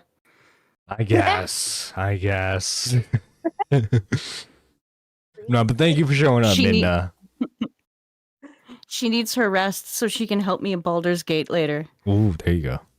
Tax-exempt nonprofits, the IRS, and legal issues. But serious allegations need a serious and thorough response. I will also have included links to official government websites, reliable third-party sources, and copies of relevant Open Hand Foundation documentation related to all these topics in the description down below. Let's start with the Open Hand Foundation's formation. When my mother passed away in 2013, we donated her brain and spinal cord to the same academics and doctors we worked with to further advance their research. There's a link in the description to her autopsy report that confirms her brain and spinal cord were both donated to science. This was an extremely personal decision for us. Because of my family's history, we had considered all legacy efforts that we had personally made to be a part of the Open Hand Foundation's history, which ultimately led to its creation. Now here's another glaring problem. If you go back to any of their filings, for instance, this is from 2016, you can see that when they check their organizations, they call themselves a Section 501c3 exempt private foundation. The problem with this is, according to the IRS, they actually have two designations, private foundations and public charities. Generally, organizations that are classified as public charities have an active program of fundraising and receive contributions from many sources, including the general public.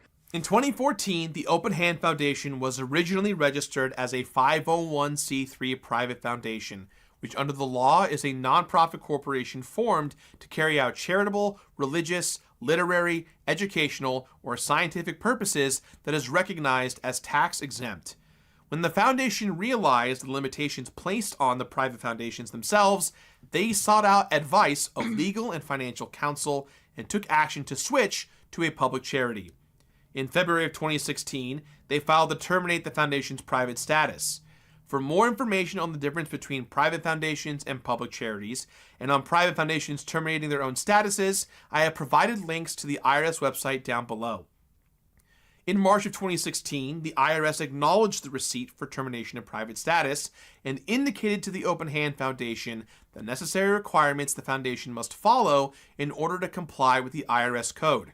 A copy of those notices are also down below with supporting IRS documentation. So that's the explanation for the filing for that. I have no choice but to take him at face value for that, as I am not a legal expert. All I can say is that Muda's video, I'm sure, and I'm going to guess Muda's going to admit where he's wrong in some areas. But like he tweeted out, he noticed some discrepancies.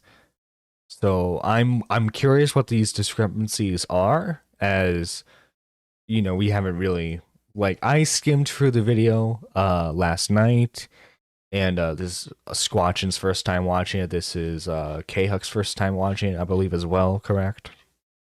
Yep. Yes. Further, based on the acknowledgement of the private status termination, the foundation was now required to operate like a public charity as described in the IRS code for a period of 60 months. However, the foundation was also instructed to continue to file as if it were a private foundation. Any possible issues pertaining to such filings can only be considered clerical errors and are in no way intended to be misleading, fraudulent, or criminal in any nature. Since that time, the Open Hand Foundation has been compliant in operating as a public charity, and as such, the status is directly reflected on the IRS's own website. I'll link to you where you can search for yourself to see the foundation currently has a public charity status. Many crimes, especially fraud, go undetected, and unless you do something especially egregious on your filings, nothing will be flagged to the IRS. In saying that, however, these filings don't seem to be done properly, and they aren't even signed, which is definitely a legal requirement. In April 2016, after receiving confirmation of the foundation's termination of private status, the IRS had completed a randomized audit on the 2014 tax return and continued to allow the foundation to operate tax exempt, as it found nothing wrong with the foundation's filings. Additionally, the foundation files all their taxes electronically, which does not require a physical signature on the actual forms. Only Yeah, but I've done some banking stuff online. You do have to have an electronic signature at least. Yes, you do. I think that shows in documents. Does not the electronic signature? It should. I've had to sign stuff. the e-file I've done authorization Electronic signatures in my day. Yes, they should show up there. Yes. forms that are sent from a certified public accountant for electronic signature. Not only is this legal, but it is the industry standard for filing taxes here in the United States. The audit letter is linked down below. On to donations. There are generally two types of donations, unrestricted and restricted donations. Most donations are unrestricted in nature. By being unrestricted, donations can go to anything: research, administrative costs, travel expenses, salaries, or bonuses. Doesn't matter. Unrestricted donations come in the form of a donate link on a website, maybe a Twitch stream, or even a telethon. The Open Hand Foundation raised funds in an unrestricted manner with the intention to restrict a larger donation towards dementia research. Larger restricted donations ensure clear measures and direction, but can take time, whereas unrestricted donations are often instantaneous and not tracked. And again, should have been more upfront with that. Which again, he acknowledges, but still, like, again, this could have all been avoided if this didn't happen.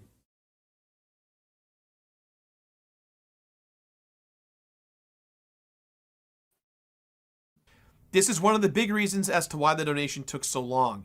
The organization did not raise enough money to make the impact that would allow the funds to be restricted and avoid those high admin costs. Now let me walk you through the finances. Revenue sources for the foundation include direct and indirect public support, the golf fundraiser revenue, and Indieland revenue. The foundation's expenses include costs for the golf fundraiser and Indieland, operational costs, and various fees, totaling for $178,951.17 worth of expenses over the last 9 years. It's also factually inaccurate that all the money the foundation received in 2023 is unaccounted for. For starters, the Tiltify campaign for Indieland raised just over $64,315.95. After platform and processing fees, we received $61,303.33 from PayPal and Tiltify's credit card processor Stripe. Adding the $15,000 sponsorship donation to the initial estimate income for Indieland 2023 equates to $76,303.33. This does not include merchandise, bits, or subscriptions from Twitch. However, there were real production costs when it comes to running this event. We paid for flights, hotels, appearance fees, supplies, food, and... No, yeah, because a lot of times during Indieland, there would be big name celebrities that would come in and like make guest appearances for that. Mm-hmm. Industry standard. I hear that, Pidgey. I've done a couple hospital trips myself. Just give me a chat. My apologies. No, you're fine. Catering, costs of good for merchandise, etc. All of that totaled just under $12,000. This is still an outstanding invoice, as not everything has been received or paid yet. Income from Twitch subscriptions and bits, along with merchandise, have offset some of the production costs. So to say the money is missing is simply wrong. Also, to be clear, Indieland does not make money on YouTube. We typically stream only on Twitch, and when we did simulcast to YouTube, we made little to no money. Next, let's talk about the golf tournament. And the interesting thing about the money the golf tournament raises is that it seems to disappear. Fans of... Ooh, this one's gonna be exciting. This one's gonna be exciting. The completionist who rushed out to defend him tried to claim that because Gerard hadn't spent the money, it wasn't stolen. From 2014 to 2017, filings showed the Open Hand Foundation received between $30,000 to $60,000 per event. This is likely underreported. In 2019, the foundation reported $123,816 in revenue, but the accusers alleged that $14,000 is unaccounted for. Our books do reconcile, and these accusations are the result of bad math and missing information. The 2019 Indieland's net proceeds were $82,409.19, and when combined with $31,371.55 in revenue from the golf tournament and $10,000 from a direct supporter, it adds up to $123,780.74. To insinuate that there are further issues with 2020 and 2021 tax returns, people forget that there was a pandemic that shut the world down. The golf events are generally scheduled in the springtime when the weather is good for outdoor events. However, when the foundation had to delay the event, the only available dates weren't until November of 2021. Not only did the foundation take donations and sponsorships that had already been paid for 2020 and roll them towards 2021, but not everyone was comfortable being in public with bigger groups of people. So participation was drastically down, especially since the pandemic brought on a recession. Finally, pledges and donations are not always collected at the same time of the event. It might take a few months to receive the funds, often rolling them into the following year's income. As for what the costs are to run an event like this, there are event organizers, venue expenses, crafts and catering, event dinners, support staff, production equipment. Yeah, stuff that involves standard stuff. Like Rentals, event branded merchandise, security, insurance, and more. Smaller events have smaller costs, and as the foundation scale the events, the expenses increase proportionally. There's talk of $125,000 being embezzled for unknown admin purposes. As previously mentioned, we went from a private to public charity, and under both nonprofit structures, we're legally obligated to spend money on expenses. With that said, it is perfectly legal to hold donations, and in fact is not uncommon for organizations to hold their funds. I'm a computer scientist. So I really, really urge anybody that has background in tax accounting for charitable organizations, or hell, if the IRS is watching this, one of the things that Carl brought up to me very recently was the 5% rule, which again, this is a very complicated rule, but the idea is the US government expects foundations to use their assets to benefit society, and they enforce it through section 4942 of the Internal Revenue Code, which requires private foundations to distribute 5% of the market value, the fair market value of their endowment each year for charitable purposes. So again, I want to see how this rule is done, because according to the filings we've seen, they haven't actually given any money. They've spent money in operating expenses, but again, we need to actually see if they're giving their money to a charitable organization. Referencing that same rule mentioned in this claim, the foundation is actually not legally required to distribute a minimum of 5% a year in charitable donations, because once again, the Open Hand Foundation is a public charity. When you were private, though, you were definitely required to do that. Mm-hmm. When you were private, because how many and you years admit this, was he and you admit this yourself, you were a private organization at first for at least 2 years. Mm-hmm. Okay. Also, good morning, everyone, but extra good morning to Squatchin in particular. Sorry, John in chat. How dare you? How dare you not I'm say? the favorite John Cope. Cope and Sneed. I will cope and seep, and I will make a whole stream on you, Buster. Gonna expose Squatchin. Whatever. I'm gonna expose Squatchin, okay? Yeah, expose her for her awesomeness. Mm. Facts, K-Huck. I'm gonna replace you with another French Canadian. I don't think XQC is available, sorry. Nope. I'm sorry, Notre Dame. I thought it was just a chat. This means that the $600,000 that was donated did not incur any fees or is not subject to any tax penalties. To insinuate that the money was missing and that the penalties were to be applied and that my family or myself had to float the missing funds is just not true. Also, none of the money from the Open Hand Foundation has ever funded any of my projects for my company. I want to stress that not a dollar raised from Indieland and its supporters was ever used on anything to personally benefit me, my family, or any of our companies. We never touched this money nor ever moved it. As evidence in the public documents, no one at the foundation has ever drawn a salary. Saying that we are fraudsters, that what we are doing is illegal and constitutes charity fraud, that we are using my dead mother's name to potentially embezzle money and steal is categorically false. I should have been more transparent about the money not being donated, and that's on me. But my family and I have not done. It's not that you weren't being transparent, it's that you were just straight up lying. You said you were working with these organizations, giving the money to them, and then the money wasn't there. Nope. If we're being charitable, he was misinformed. True. But I mean, true. And also it's too, highly unlikely he didn't receive reports. during the first during the first couple of years where they were a private foundation, they were indeed required to donate up to 5% of their earnings, and that still was not done. Now, you have an excuse for 2016 because that's when they were officially transitioned over to a public charity foundation. But still, that does not account for the. If I'm taking this at face value, it does not account for the first 2 years.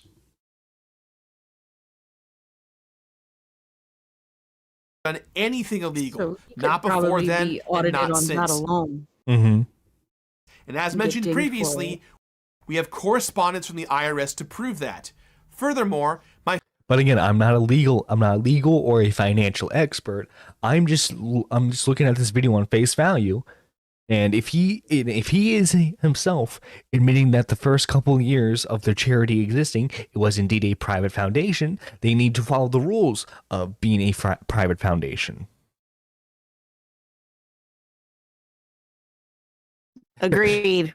The Twilight Menace says we're being charitable to the charity man. Yep. Mm. Mysterious Cases. Hello, K-Huck. Your Christmas tree looks cool. Oh, have you posted pictures of the Christmas tree? I haven't seen those. Christmas tree. I did, yes, and thank you. Yes, Ooh. I did. I posted them on Twitter. Oh God, when did we put the tree up? Last weekend. Yeah, thank you, and I also got a lot of compliments on my curio cabinet too. Thank you. and what was inside it and everything, because the tree is right next to it. So yes, but thank you. I appreciate it. My family and I are in serious conversations with our legal teams regarding next steps, as the allegations that have been made with complete disregard for the truth of the matter. These allegations were made by individuals who self-admittedly aren't even financial or legal professionals. These allegations are slanderous, and we believe we're done with selfish intent. They have directly jeopardized the safety of me, my staff, and my family, and that The safety. is not okay. I want to reiterate and specifically address that both the Foundation and I have been accused of forgery, embezzlement, and charity fraud. The allegations imply the Foundation forged tax returns because they weren't physical signatures on them when we e-filed them, or that we altered numbers to hide income or expenses. We can account for every single dollar received and spent in the last 9 years. We do not have anything to hide. And due to the overwhelming amount of people who have been instructed to file complaints to the IRS and Department of Justice, we understand an audit may be coming and we welcome it. Our legal and financial teams have assured us that we have done nothing criminally wrong or illegal. Any possible issues in our paperwork can only be described as clerical errors and are easily amendable. Content creators and influencers should be held accountable when faced with serious allegations. However, the narrative can get taken so far away from the truth that the court of public opinion supersedes fact. I recognize and take accountability for all of my actions. At the same time, I am not going to let my reputation be compromised by allegations that are not true. I own up to my part in this, but I will not be painted as someone who is a con artist and embezzler. I won't be someone whose name gets tarnished without putting up a fight. I owe it to my friends, my family, and myself to stand up to this situation right now. Okay. I want to leave you all with how the Open Hand Foundation got its name. My mom always had this saying that she and my And, uses his mom for the brownie points. dad would share with each other. Yeah. An open hand is always Tug full, at those heartstrings. meaning the more you give, the more you will receive. This has been imbued in my entire life and how I've lived. And if you followed my journey, you would know that's all I ever tried to do for my friends, my family, and my community. All I ever wanted to do was to share my legacy and give. So yeah, that's the video. Mm. Responses to the video. Hang on, let me look up Carl. Because obviously Carl is he's been potentially being sued as well. He says, apparently I've been called out. I will release a full video response next weekend. Until then, I want you to know that you should wait to hear my side of the story. And also, I have dozens of friends willing to testify that I'm a really nice guy. Okay, he's joking around. That's good. That's good. Oh, God. I'm prepared to defend my like that statements in court against someone who has been caught and admitted to committing years of charity fraud. Gerard, that's I'm just reading his statement. That is not my opinion. Yes. I will respond to the lies in the response video next weekend and will correct any mistakes I've made when covering said fraud. I think so. Again, we're going to be seeing Muda's video potentially today, later tonight, probably.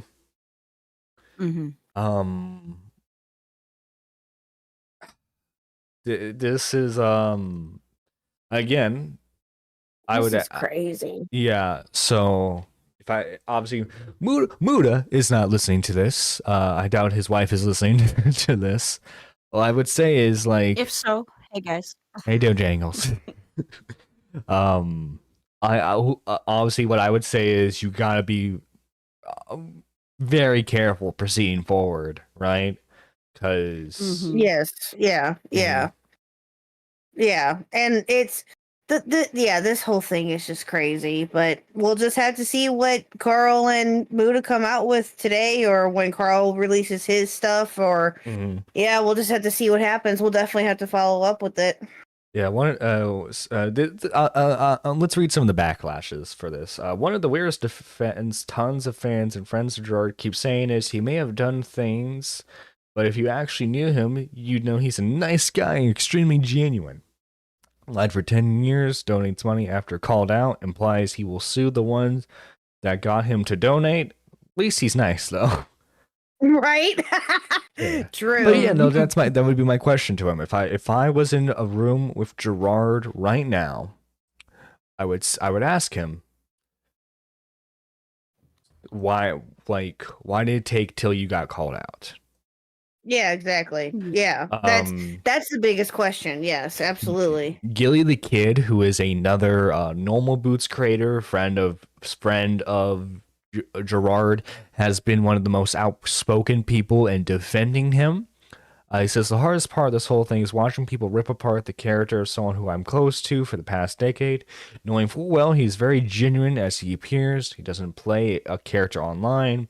He exactly is the same as he is in real life, except more tired. So, if he's more tired, at least he has the excuse for not donating. Well, right. Well, and Scoff Schaefer himself, the guy who oh god, yeah, he says, god, no.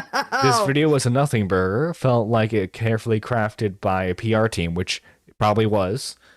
Will he sue Muda and Carl? Maybe. You can sue for anything. Still doesn't fix the fact that the money just sat there in their charity account for years and not actually helping. Well, hopefully it helps now. Hopefully it helps now. Well, yeah. But what about all the families that D-Max was saying, is it better to do the $60K a year or a big donation every 10 years kind of thing? Right. How much could that $60,000 have helped a family in 2014, 2015? Well, you see, I don't want to was better. I don't get into those what about ones, but what about talks? Because then you can argue, well, with the 600K, we can help dozens of families. You can make because then you can make altruistic arguments like that. Yeah, I true. Well, and that's the other thing is that no one is really. Yes, I understand that his friends are going to come to his defense. I get that, and they're well within their right to do so. And no one is really attacked, but they're missing the point as to why he is being criticized and why this is such a huge issue. They're missing it because they got blinders on. They're just looking at him as they're his friend. Sorry, if you're a real friend that you claim to be, you call your friend out for his bullshit. Exactly. I'm just saying, if you are a real friend that you claim to be, and it doesn't necessarily have anything to do with his character, quote unquote, it partially may do it, I don't know, but I'm just saying, if you claim to be that you are a real friend, you're not going to call your friend out on the bullshit and actually fully criticize him? I don't know what their private conversations were like. To Pigeon donate 10. That's another soundboard. Let's go. Listen, he's a nice dude. He's very reserved, very calm, very cordial, and calm, chill dude. It's fine if he could potentially commit tax evasion. If Chris Hansen can do it, he can do it too, bro. True. But and again, you're right. They could have had privately, they could be, yelling and screaming at him, who knows. But that's still why wouldn't you not do it publicly though, too? You know what I mean? Why would you do it behind? Well, I don't know. I don't know. It's just the whole thing is just shady. It hopefully. A little bit of Alzheimer's never hurt anyone. It didn't hurt Open Hand, that's for sure. And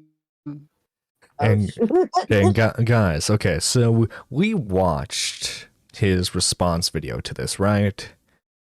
We watched the Completionist response video to everything, and don't worry, we'll be watching the full video. But I did want to watch a quick snippet that someone actually liked a clip that someone took from Muda's video, and it shows multiple instances of our sweet little completionist being a little liar, a little Weasley liar. Called the Open Hand Foundation that raises money for dementia research and treatment for. Does it have the Coronation Street music at the end of it? I don't know. Organizations all over the world. We're soon going to be partnering up with the Alzheimer's Association. Currently working with the University of San Francisco, and we're kind of one of their main funding support partners going into all of this. And then I made statements potentially implying donations were made when they had not yet been. All bits, all donations, all super chats, all YouTube memberships, basically anything that's tied to donating or subscribing in a financial way to us is going to charity. We're not touching any of it. No, you sure didn't. I'm sorry that Nobody touched nothing. I'm sorry that I implied donations were made. Yeah, like that could not be that. Hit the nail on the head there, Gerard. Yeah, Gerard. You made an oopsie, good sir. A very, very big oopsie. And what a oopsie it was. Oh, yes. Ladies and gentlemen, yesterday, Gerard, also known as the Completionist, made a 20-minute response yesterday in response to the Open Hand Foundation situation, where he threatened a potential lawsuit against me. He questioned my reporting, my character, and made severely contradictory statements in this response alone. If you see me reading, it's because I actually have a full prepared script, because these are, again, incredibly serious situations, and I want to make sure that I explain our side, my side, to the best of my ability. So to understand, what I'm addressing is very serious, okay? This is not drama, this is not a joke, these are all very... Well, hate to poke holes on that, but Muda, it is drama. I'm enjoying this drama. But it is drama. Absolutely drama. It is. Yes, absolutely. I mean, for him, it's a potential lawsuit, to be slightly fair to him. Serious situations. Now, in this entire response that he made, he basically admitted that the organization held on to the donation money that they were raising over the course of the last several years. It wasn't okay, and they finally donated less than a month ago as of the upload of this video. During several recent IndieLand events, press interviews, and podcasts, I went on record saying where the money was going to and that the Open Hand Foundation had worked with various organizations. At different points, the foundation had been in communication with or considered several of them. Yeah. So, like, my issue with it was, he said, oh, well, we considered donating to them, right? But then you say on stream that you're going to donate to them. Right. Oh, Yeah. Pigeon Salad with a 10, starting us off strong. Would have given Gerard the W in his response if all he did was just say Muda was, shoot, my mom must have passed away from Alzheimer's, passed the Alzheimer's to me because I don't remember asking for your opinion. Oh my God, Pidgey. Oh my God, starting us off strong. Starting us off strong, Jesus. So I will say what was absolutely disgusting was, okay, so here's the autopsy of my mom. Your mom's Alzheimer's was not in question. What was in question was your charity's activities and why the money wasn't being given to anyone. So that was very dishonest of him to do that. Oh yeah, 100%. And that's the thing is that, you know, that when we talked about this last time, and you know, it's obviously been talked about though too, is like, you know, there was a debate as to whether or not like the inflation then caused would, you know, how much it would have been like due to inflation and things like that. Like there's so many different factors with this that are still yet to be determined. But I'll bring up something real quick before we went any further. Did you hear about that podcast that he was on by any chance, guys? I know Muda, if it's the podcast you're talking about, Muda does show some clips in here with it. Oh, okay. I didn't actually. I think it's in the compilation. Let me check real quick. No, that's a live stream. Live stream. Here it is. Is it friends per second? Yeah. Is that it right here? Yep. Actually, let's play that clip right now. donations were made when What they a had not close-up. yet been. Do our own version of that every year and kind of make it a cool celebration of games and raise money for charity. And so he was like, I wish we had a charity that we could donate to. And I was like, oh, I run my own charity called the Open Hand Foundation, and all the money that we aggregate. I mean, I started it when I was a young boy with my dad in honor of my mom who had dementia. And so we just every year we try and raise as much money as possible, and then we go work with Alzheimer's Association of America, University of San Francisco, Association for FTD, which is what my mom had, FTD. So we've like worked with big and small organizations across the board. We've worked with big and small organizations across the board. Mm. You mean taking up their time on a phone call? Is that working with? Well, you don't understand, Squadron, because charity work's very complicated, okay? We gotta make sure that none of the money goes to doctors. I mean, after all, they're only the ones trying to find a cure for Alzheimer's, right? They're only trying to find a cure for it. It's okay. It's giving Amber Heard "I pledged" vibes. Yeah. I pledged the money. Yeah. Is it not though? Am I wrong? No, I totally forgot about that. But it came out though with that said podcast. They made a tweet. They made a tweet about it. Oh, the people who host the podcast, were they defending him or? No. So if you look up that on Twitter, if you look up that podcast, they have a Twitter page. Friends per they second. made about Gerard and what they decided to do with him. Oh no. Okay, so here we go. All right. Would it be hey users, let me put it up here. Hey users, we wanted to provide an update on Gerard's involvement with the podcast. The four of us met to talk about ongoing so was he a host for this podcast? I thought he was just a guest. He was a reoccurring, from what I understand, it looks like that he was a reoccurring guest. And from what I gathered out of that tweet and from what I've heard the last couple days, he was like in and out of there. He wasn't like he was a regular, like reoccurring guest, but he wasn't like a permanent host. But they made a statement about it like shortly after after Muda's video came out. I think this was yesterday or Monday, and they made that tweet about it. And but yeah, go ahead and read the rest. Yeah. The four of us met to talk about the ongoing situation, and during the conversation, Gerard offered to step down from the podcast. As a team, we agreed that would be for the best. We want to thank Gerard for his contributions to the podcast, and we really do wish him the well for the future. We won't be commenting any further on the situation going forward. Yeah, this is PR speak. I think they fired him. They fired him. We don't want anything to do with you anymore or wash our hands of you. You're bad luck. No, and even his friends, are like, yeah, we probably shouldn't be defending him.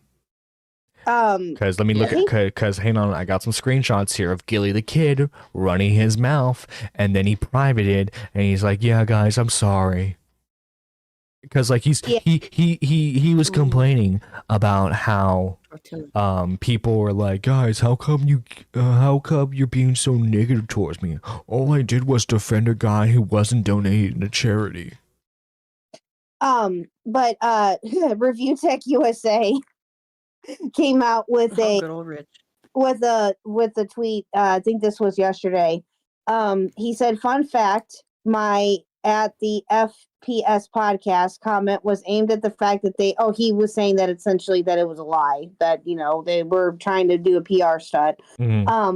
Was aimed at the fact that they told a little white lie for quote unquote white lie for quote unquote PR reasons regarding Gerard. They said he offered to step down. A source I've had for years said he was forced to step down. That's a tad of a difference. Stop believing surface level. Stop believing surface level bullshit." So there you go. Well, I screenshot it because I didn't know if you would delete it. But the message itself says, and here's a view of it, so I'm not making it up. The tweet says, "I want to apologize for how I worded things lately. Oh yeah, how you worded things is the problem. I used to be a lot more hot-headed, and I mostly moved past that. But I do have moments of weakness if I feel me or someone I care about is being attacked, and I don't realize how the tone I'm coming comes off. Oh yeah, it was your tone that was the problem, buddy. It was your tone. Oh yeah. Yeah. Let me show you guys something, okay? And this tweet semi blew up for me. You know, it blew up by my standards. 1 second. Where is it? Where is I agree, my Lamp.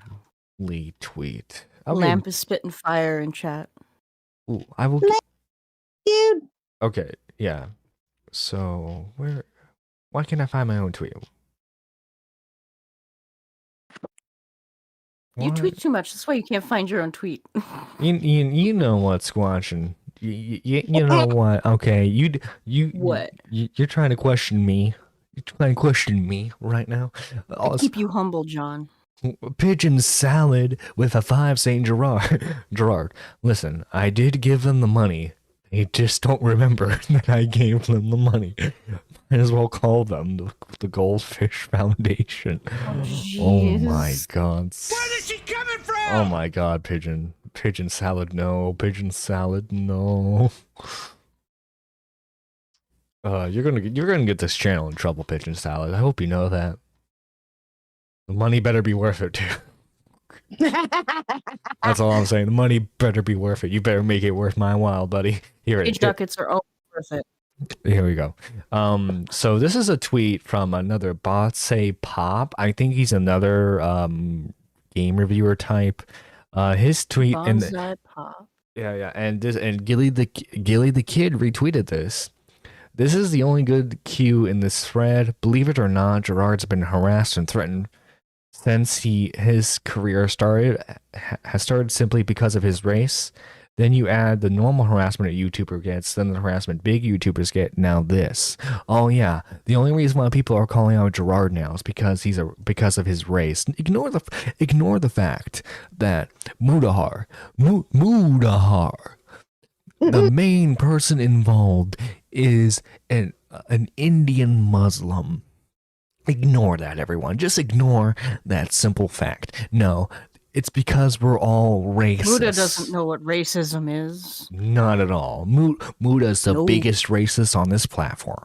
Muda is the whitest man on the internet, don't you know? Yeah. I mean, he is Canadian after all. Yeah, can't get whiter than the Great White North. Yeah. Yeah. Except half of Canada has green grass right now. I don't know what the fuck is going on. Oh my god, Pigeon, I'll give it to them. They just don't remember famous last words of Bill Cosby. Oh god. Pidgey. What are you doing? Pidgey, might I suggest Jesus? Might I suggest Jesus for you? Or in Muda's case, Allah. You know, either one might help you in this situation. He is something else. Pidgey is the biggest racist here. He hates NASCAR. Baja forever. Yeah. Also, you can't see it, but I'm raising my fist. Oh my god. By the way, guys, you know, this is how good it's going, okay? We're 26 minutes into this show. I mean, granted, we were playing like 2 songs out of that, but we've only been a minute into this 55-minute video. This is what fair use is. This is called transformative content. Yeah. So the completionist, you can't strike us down, buddy. It's not appropriate for me to make such statements. If he does, he hates women because there's 2 of us here. Ooh, yeah. Oh, and he hates the LGBT too. He hates the LGBT. Oh, yeah. Yeah. Mm-hmm. Another burning observation I've held about that is Gerard well enough off to afford to hire a professional accountant to run the books on this whole thing? Yeah. There should have been a professional accountant to make sure everything was done correctly. I don't know why that wasn't done. Yeah. Actions had not yet been taken. The Open Hand Foundation's goal was to make a large impact by donating the money to the right place. And a lot of the conversations that were had with various organizations involved the funds not being restricted or came with extremely high administrative costs. Look, any way you say this, action needed to be taken. And to that point, I'm sorry. I'm disappointed that I was not more straightforward regarding the foundation's timeline for making donations, and that I made statements potentially implying donations were made when they had not yet been. It took too long for clear action to occur, and I apologize for all of this. Now, I've been pretty vocal about waiting for a response from Gerard, and while I understand legal matters often put a gag into your mouth during incredibly sensitive situations like this, I was pretty surprised to see a response yesterday in general, but what was really wild to me was how some of the individuals, at least on Twitter, and again, I don't use Twitter as an intelligent metric. Oh, by the way, let's check the completionist response videos linked to dyslexia ratio, shall we? Because it held strong before Muda's video. It was holding strong. And then if we look at it now, let's see, it still has 19K likes. Jesus Christ, Midna. 47K dislikes. 47K dislikes. What a ratio. A ratio. Midna says Gerard is wearing a chin wig. That's where all the money went. Oh my god. Oh my god. Twilight Midna. Twilight Midna. Jeez. You guys are gonna get this stream taken down, Jesus. She's a green bean. She gets the pass. Y'all are savage this morning. Jeez Louise. Actually took this as a somewhat exonerating response, when it actually paints more contradictions into the light. So I'm here to offer my response to Gerard's response with receipts, something that I personally believe Gerard did not do at all in his video. I never saw one bank statement, never saw one evidence of money flow. It was other than screenshots that Muda and Carl had already provided, by the way. Entire story of me just taking him at his word, which I will once again prove in this video that you cannot take Gerard at his word. He is proven to be somebody that is deceptive. So let me explain exactly how this works. Gerard provided receipts in his video, okay? If you look at the description to his If you look carefully into the description, one thing you'll notice is it's mostly just links to the AFDD website, the IRS, and various definition websites when it comes to these specific donations, or I guess definitions of a restricted or an unrestricted donation, or how the IRS determines differences between private and public. The money disappeared like John's hair. Pidgey. Pidgey, at least donate for something like that. You're gonna get yourself in trouble. You're lucky you're Super Nerd 3, Pidgey. You're lucky you're Super Nerd 3. Your deep pockets give you a pass, sir.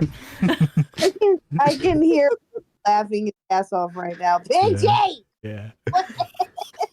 You're lucky you got those shickles, buddy. Oh my god. Foundations. There are only 4 actual pieces of evidence provided by Gerard in these Google Drive links. One of them's an autopsy, which is not needed, by the way. Well, didn't, like, one of the foundation's quote-unquote donations was the brain and spinal cord to some research facility, wasn't it? Yeah. But that was never in question.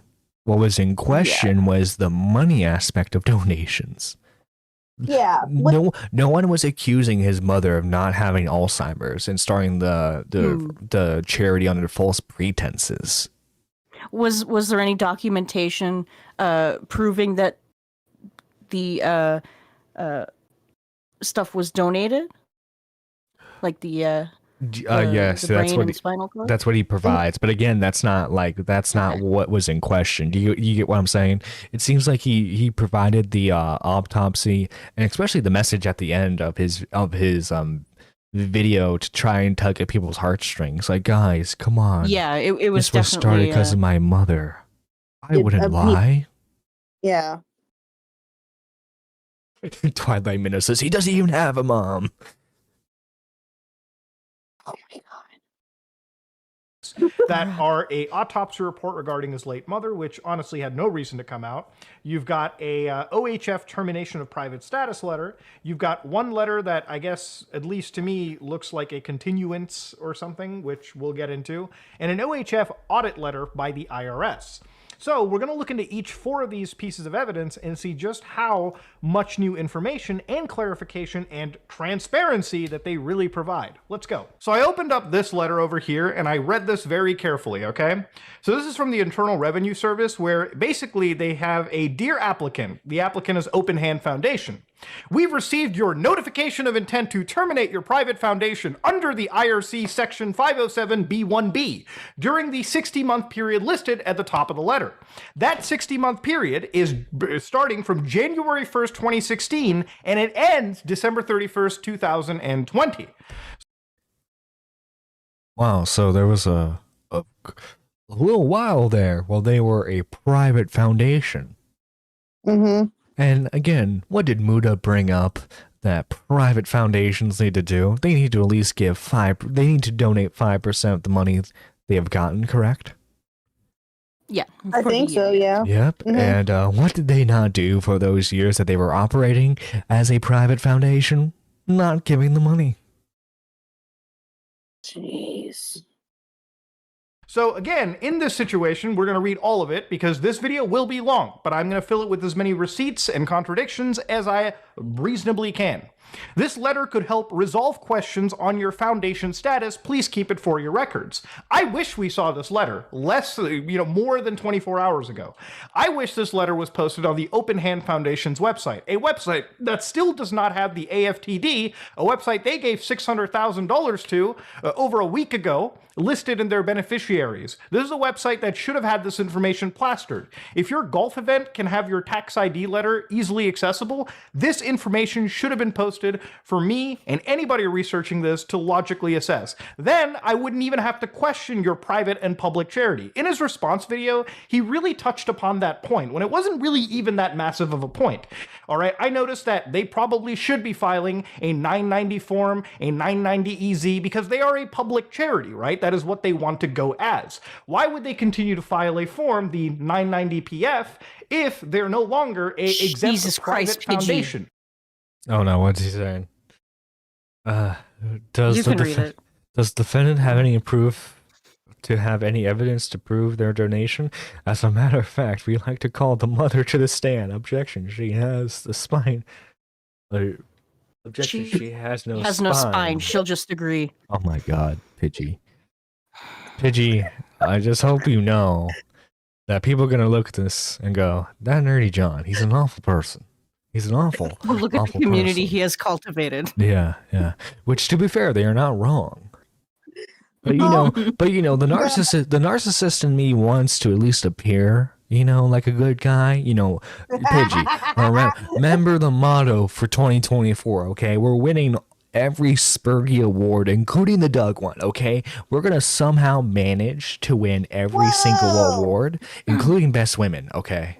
So I'm gonna Critical Shogun with $49.99. 07s in chat, please. Jesus. Merry Christmas, sir. Critical Shogun.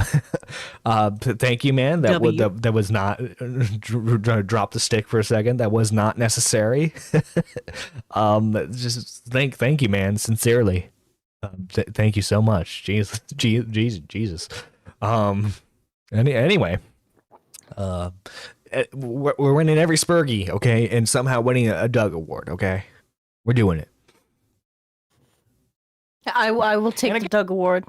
Nah. Even though you tried to tank my my eligibility on the pre-show to the Spurgies. Listen, okay, you can't just because you send everyone pictures of Benny doesn't mean that, okay, you're instantly wholesome. Guys, I know Squatchin', she's not wholesome, okay? She was accusing me of being some awful things before the show today. I was not. I was making an observation on your new hairstyle. Yeah. And how it was skinned. Yeah. And when you first showed it to me, what did I say? You pull it off. She did. And not many people can do that. Okay? Some people have really lumpy heads or they're like slightly pointed. Some people cannot pull it off, okay? Even though they try. I told you the same thing. You pull it off really well, dude. It suits you. No, lady. It accentuates your beard. Where is she coming from? Lady Nerd Artist says, Pidgey, your allegations of the mother are incorrect. She forgot to show up. What? My God. Oh, this is going to get us canceled. This is going to get us all canceled. Oh shit! Hope you guys enjoyed your online careers while you had it. Because we're not coming back. I'm gonna move to Rumble and I'm going to flourish. Okay. Oh my God! Yeah, that's when you're gonna see the real squatching. Okay, no applicant for the Dougie squatching. That's where you're gonna see the real Again, squatching. this letter, if I saw it, I would have I'll just have my own believed them. Spurgees. Oh my God! Yeah. I'm like, all right, it makes sense. You asked for a notice of change, and the IRS listened to it. They even said, based on your proposed activities and support, we agree you can terminate your private foundation status. Literally, you told them that you wanted to run Indie Land, I assume, at a lot of these events, and they were like, sure, if that's how you want to. Which, by the way, he's now going to be pocketing the money for Indie Land 100%. Yeah, Indie Land is no longer going to be a charity stream. Yeah, and if I remember correctly, he gets a large viewer base for Indie Land because you're showcasing a lot of indie games. People want to look forward to that. Yep. Yo, Gospel of Lamb. Is he actually going to get any viewers? Who knows? Gospel of Lamb says you can only cancel yourself. You can only get canceled if you cancel yourself. Gamers, stay toxic. You know what, Gospel of Lamb? 100% agree with you. But no, like Lamp W. As you see, like he is an over 1 million sub channel. He has a diehard fan base. People are still gonna be watching him. He's still going to have a career after this. You know, and I'm not saying he shouldn't. Let me clarify. I'm not saying he shouldn't have a career. But he I think he's safe. He's safe. Give it like a year, everyone's gonna forget about this. And that's the sad part. Kind of is that and again, it's not that he shouldn't be. I am against deplatforming unless you're, an absolute criminal and you're danger and all that, right? And but I don't think that he should be deplatformed in any way, shape, or form. No, but I do think that he's going to feel the repercussions of this, and he just needs to honestly, after making that tweet that you went over in the beginning, he just needs to legit just stay low, don't say anything else, and just leave it be and just let things go where they need to go. And I personally, unless he feels the need to say something, which of course he will or he can, but I personally think that he just needs to lay low and just not say anything else. But yeah, and who knows what's going to come of this? He's going to bleed subs, though. I know that, and he's going to. Oh, you know what? Good point. Let's check Social Blade. Which isn't, to be fair, isn't the most accurate, but Yeah, it's a vague. What was that, Squatchin? It gives you a vague idea of what's going on. Yeah, just ever so vague. But with the Indie Land, are devs actually going to bring him their indie games now after all of this? That's Is there even going to? That's a good point. Hang on. For some reason, like the way I have my webpage formatted, it doesn't change with Social Blade. He's not bleeding anything. Actually, he's been gaining subs. It's a slow pace. Oh, well, that's kind of strange, but okay, I guess. Well, like I said, he has a diehard fan base, so I don't think it's really going to affect him that much. I mean, publicly, it's Well, I mean, and also people are going to feel differently. I've seen, No, Lady Nerd Artist, no. Nerdy John, give it a year and everyone forget about this. Give it about a month and so does Gerard's mom. Oh my god. Picture Lady Nerd Artist teaming up this morning. Holy moly. They're on fire. They are savage to the degree. What is chat? I kind of have to just about chat, but I love chat at the same time. Y'all are being awesome today. Y'all are on demon mode, and I like it. Yeah. Well, I'm sorry, guys, but I gotta head out. But thanks for letting me come on here for a little bit. I appreciate it. I miss you guys. It's no problem. I'll see if I can come back on tomorrow. I'll let you know. But yeah, you guys have a good rest of your stream. And Nerdy, I'll talk to you later. And Squatchin', I'll talk to you later too. Yeah. Twilight Midna says Lady isn't wrong. She's not. She's really not. Oh my Bye, guys. I'll lord. talk to you both later. Bye, K-Hack. We're all gonna need some Jesus after this. We're all gonna need some Jesus. Oh, hell yeah.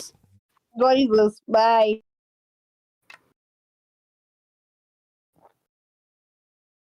Run it, then you're not a private foundation. You're a public one. So they even say within 90 days after the end of your 60-month period, you must show you've met the requirements as a public charity described in IRC section 509A 1, 2, or 3 for the 60-month period. If you show this, you'll be classified under that section for all purposes from the beginning of the 60-month period and thereafter.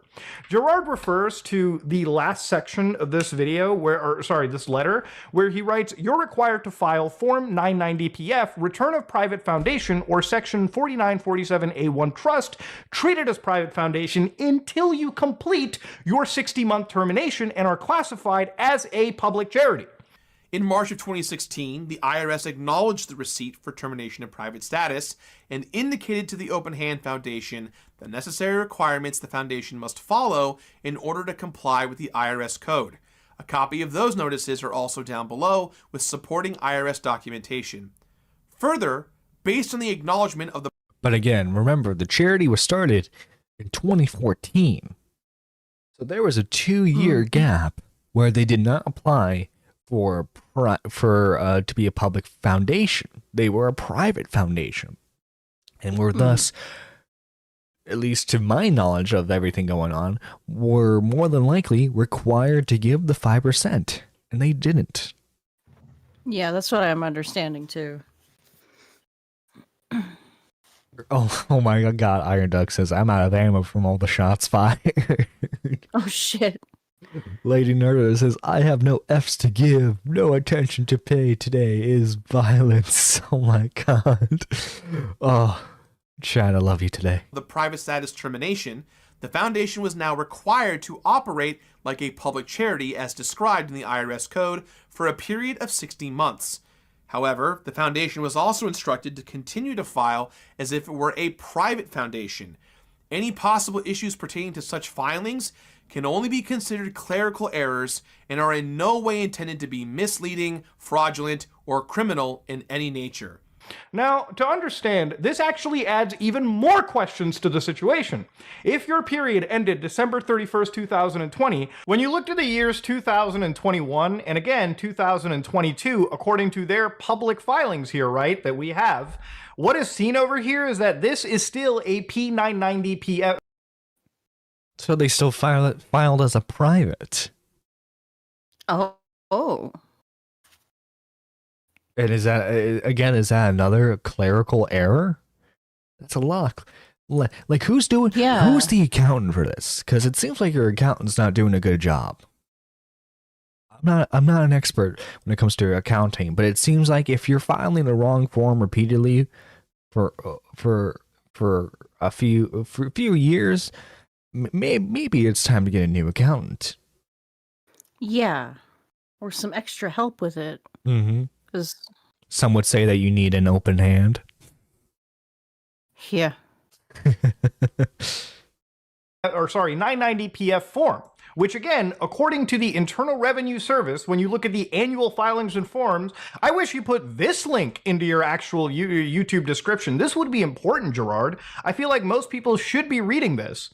When you go to which form should I use? By going to this, they list numerous forms. The 990PF, which is for private foundations, but importantly, the 990, the 990EZ, and the 990N. Again, reading into who should file the Form 990. So one of the tips that the IRS has given, they're going tip crazy here. A public charity described under Section 170B1A4 that isn't within its initial 5 years of existence should first complete Part 2 or 3 of Schedule A, Form 990, to ensure that it continues to qualify as a public charity for the tax year. If it fails to qualify as a public charity, then it must file for a Form 990PF rather than a Form 990 or a Form 990EZ. So again, even looking into their letter that Gerard graciously provided, the 60-day period was from 2016 to 2020. Looking at Lady the tax Nerd filings, Artist, oh my god. Oh no, how bad is it? Oh yeah. Another 5, the accountant was the completionist. Mom forgot. Oh my god. Oh my god, Lady Nerd Artist. First off, thank you. Girl, you on fire today. Thank you so much for your donations. Seriously, you guys are not required to donate. I need to make that clear. But holy crap. Holy crap. Where is she coming from? Y'all gonna get me in trouble. Y'all gonna get me in trouble. I'm here for it, though. I love you guys. Like, holy shit. For 2016, 2017, 2018. One thing that isn't checked here, at least, is if the foundation is in a 60-month termination under Section 507B1B, check here. This is in 2016. You can see that in 2017 even, that tick wasn't filed. In 2018, that tick also wasn't filed. However, looking at the letter that Gerard provided, dear applicant, we received your notification of intent to terminate your private foundation status under IRC Section 507. Wait. Note wasn't filed. However, even that B1B, check here. This is in 2016. You can see that in 2017 even, that tick wasn't filed. In 2018, that tick also wasn't filed. However, looking at the letter that Gerard provided, dear applicant, we received your notification. So they didn't file that they wanted to terminate the private, their private part of the foundation? What? Am I here? Hang on, let's replay that. Let's no louse was fully pay attention. One thing that isn't checked here, at least, is if the foundation is in a 60-month termination under Section 507B1B, check here. This is in 2016. You can see that in 2017 even, that tick wasn't filed. In 2018, that tick also wasn't filed. However, looking at the letter that Gerard provided, dear applicant, we received your notification of intent to terminate your private foundation status under IRC Section 507. It's not adding up. Mm-hmm. They weren't filing that. They were transitioning out of it. Holy crap, dude! This ain't looking good for us. B1B. This is bad. This is very bad. Very, very bad. During the 60-month period listed, I have a feeling that the indie land stuff is because he won't be able to do anything near a charity now. Yeah, I'm sure. Like, because he was like so closely associated with it. I'll be perfectly honest. Like, I don't trust him for charity. And no, in neither fact, do I. Like you know, I'll still like maybe this makes me a hypocrite, but I'll still support Mike's charity event.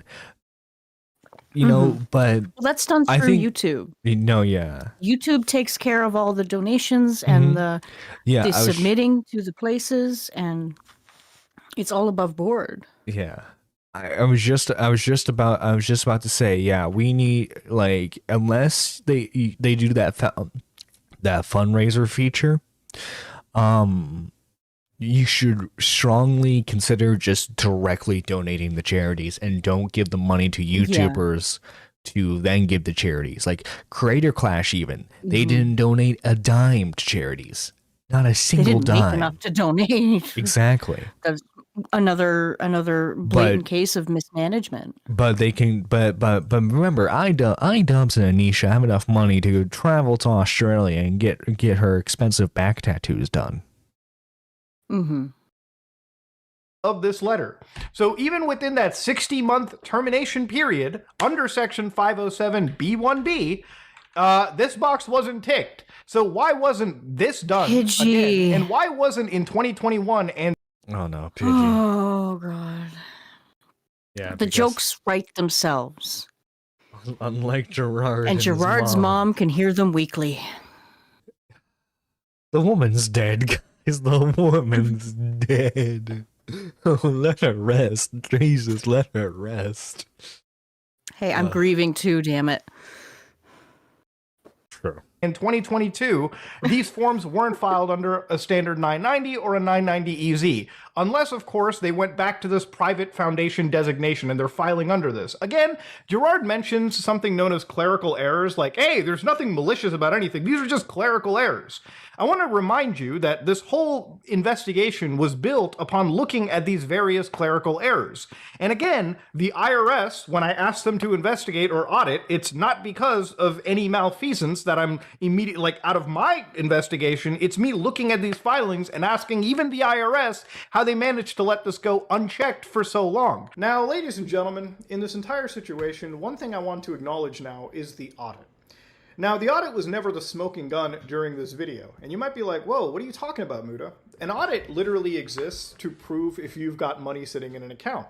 As of a week ago, roughly, the Open Hand Foundation donated $600,000 to the AFTD Foundation.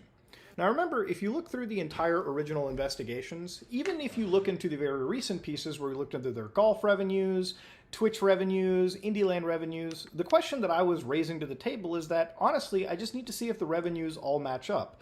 There's no accusations of embezzlement as much as Gerard would like to mention. It's just more me trying to actually get some answers. Remember, charities... No, yeah, because if you remember, Dexerto released a statement saying that they were accusing him of pocketing the money. And both Carl and Muda were very much against it being phrased that way.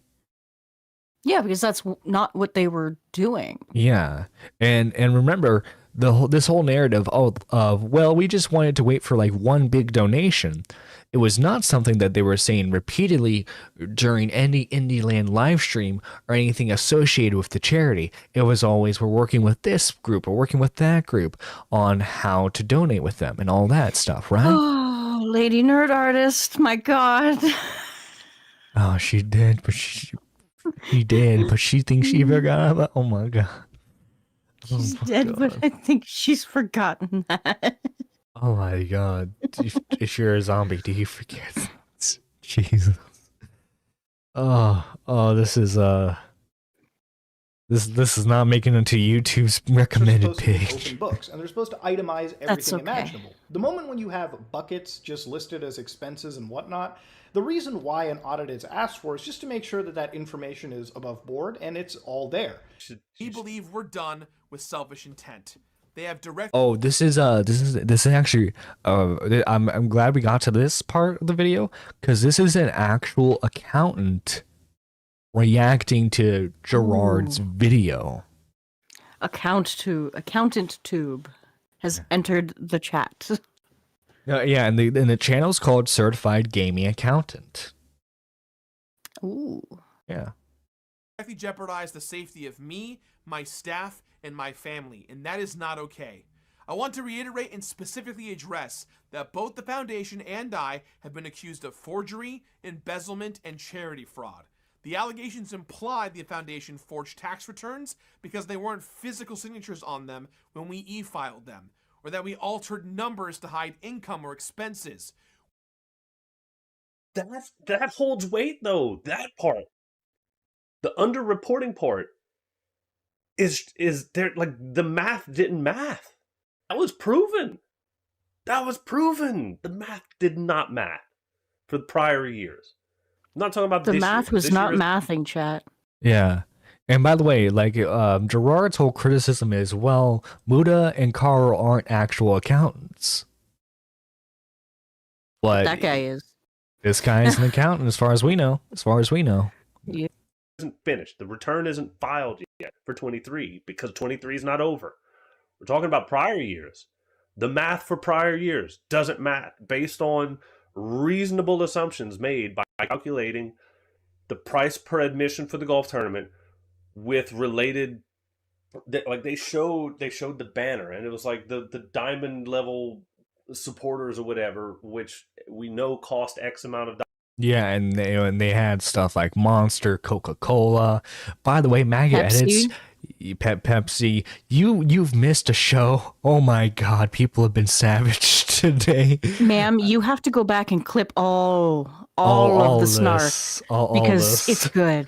It's so good. Yeah. I think we're all going to hell. Yeah, I think some of it would make Maggot blush a bit. Dollars.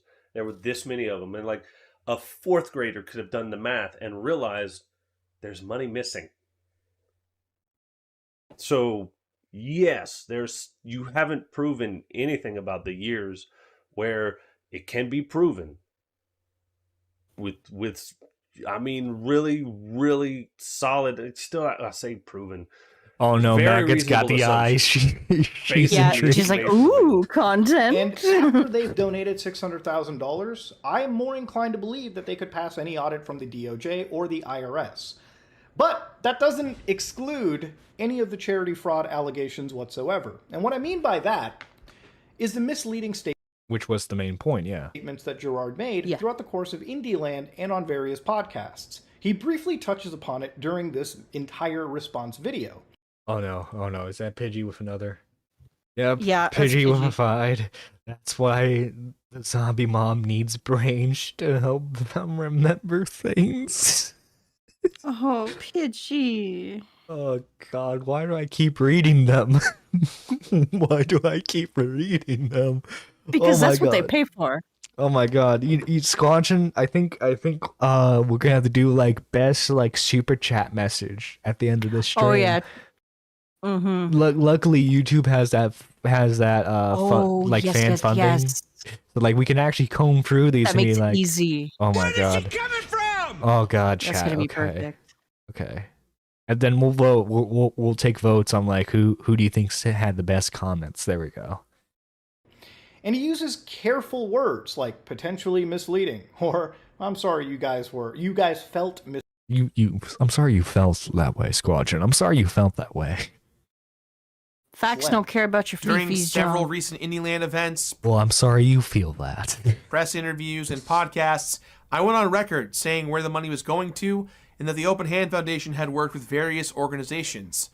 At different points, the foundation had been in communication with or considered several of them, but it was not appropriate for me to make such statements when final actions had not yet been taken. The Open Hand Foundation's goal was to make a large impact by donating the money to the right place. And a lot of the conversations that were had with various organizations involved the funds not being restricted or came with extremely high administrative costs. Look, any way you say this, action needed to be taken. And to that point, I'm sorry.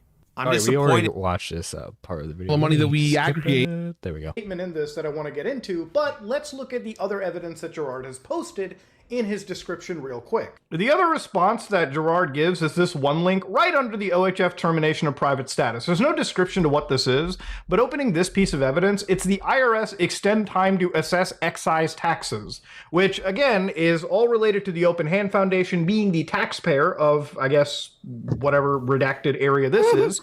And again, this is the What are you laughing? What are you laughing about? Caution. Lady Caution. Nerd Artist with 5. What if zombies are just people with Alzheimer's and they just forget to die? Oh my god. Oh my god. Oh Jesus, sweet heavenly Jesus. We're gonna put Nerdy in the grave. If amount of liability for I didn't shave my head yesterday, I was gonna lose the hair today. Yeah, if you Chapter didn't shave 42 it, you'd be excise white tax right now. imposed on the taxpayer by section 4940 or 4945 of the Internal Revenue Code during the period January 1st, 2016 to 2020. Oh, this feels like an Augie stream, Jesus. A little bit. And it may be assessed at any time on or Before hours. May 5th, Instead of 2025. after hours. Yeah, you have the before hours. You know, that needs to be Where is she coming from? the before Before hours. hours merch coming soon. Yeah. Again, this is page 2 of 2, and there's not actually a first page that I can see. What You see, I think everyone just enjoys seeing the little gif of people dancing. You know, does people's this got the provide? moves. Even watching Gerard's response video and scrubbing all the way through it like 10 times, I could not find this exact receipt shown. He put it in the description. I ask, what the fuck is it even there for? Cool, you asked for a consent to extend the time to assess miscellaneous excise taxes. That's great. It seems like you filed some continuation. Oh, no. With open hands and empty minds. My God. I don't know if Squash is going to be able to function this morning. Again, what relevance does this have to the public-private charity? my It face just hurts. exists. there to exist. Then, of course, he provided the last piece of evidence, which, again, from his end, is the OHF audit. So here you can read that they've gotten this audit stamped, and again, April 12, 2016. What's important is they're literally looking at tax periods ending December 31st, 2014. Dear sir or madam, based on our audit of the tax periods listed above, you continue to qualify for exemption. Wait, get me the Alzheimer's shot. John just replaced Augie today. Oh no. Yep. Does that make me Boblax because I smoke pot and I'm Canadian? Ooh. How well do you eat treats? Tweets. I can't speak. Hey, I read a mean tweet, John. You know this. Oh, true. Exemption from federal income tax under Section 501c3 of the... What does that make Hayhuck? She'd Turkey Tom? She'd be the Nick. Oh. Oh my god, Pidgey with 5, maybe that's why Scooby-Doo... Oh, wait, I'm sorry, why did I say Scooby-Doo on that? Sorry. Maybe that's also why zombies eat the whole body of someone as opposed to just straight for the brains. They just forgot where the brain was. Yeah. Oh my god. Oh, Jesus. The IRC. What bearing this has to the question of the charitable foundation after 2014, it makes no sense. Marvel. Yeah, you were cool before 2014. What's Marble say? With the laughing I've done, I think I should get a flat on the 7th layer of hell. Thanks. Oh my god, we're all going there. We're all joining a We're moving in, yo. Yeah. We're gonna take over the neighborhood. Oh god. 2014. I can actually acknowledge it because the IRS claims that based on their audit for the tax period, December 31st, 2014, that's when they ended assessing. You're good and gravy. And at the end of the day, even if they had a 2022 tax period ended, it would have absolutely quelled me personally when it comes to wondering about the money and the finances, because an audit literally just proves that the money was absolutely moved. Oh my god, can you imagine the shorts that are gonna come out of this one stream? Oh, it's gonna be amazing. Oh no. Oh no. Oh no. McMuffin. It's gonna be a rager. Oh my god. It would never actually address the main criticism, which is that the money was actually solicited through, I would say, misleading statements, actual misleading statements. And I've shown you an amalgamation of it. One of those misleading statements is actually so bad that we're going to assess it once more. He mentions that the statements that he was making in regards to the Indieland fundraiser, when he was up there talking about, yeah, we work with so-and-so organization, yeah, we're so-and-so's funding partner, these were potentially implying that donations had been made when they had not yet been. Pidgey! That is fucking... Oh no. Remember what the neighborhood was like before this? Neither does Gerard's mom. Oh my god, Squatchin, you gave John the Alzheimer's before we could start the charity. Shit. Oh god, remember charities are supposed to help people. I guess the lesson got forgotten. Oh god. The jokes write themselves. Legally speak, and that is you literally trying to downplay actual misleading claims, which is where we looked into charity fraud as a definition. Again, I want to reiterate, charity fraud, according to the legal match definition that I have over here, says that when someone takes advantage of a charitable or nonprofit organization for their own personal gain. Fraud is defined as intentional deception or misrepresentation made. Oh god, if people are acting like this, if the audience is acting like this for the Gerard stream, imagine what it's going to be like for the Prince Kai stream tomorrow. Oh shit. Oh no. Oh no. I'm looking forward to it and not at the same time because of the chaos you all are going to start. For shit. Personal gain. Defrauding a charity can be anything from falsely claiming to be a victim of a disaster in order to get money from a charity, or stealing donations from the collection tin. Fraudulent activity can also occur when the people make dishonest or inflated claims about how much money they've raised or how much it helps the cause. Some of the most common ways to commit charity fraud include pretending to be a charity or falsely claiming to be affiliated with a legitimate charity in order to solicit donations.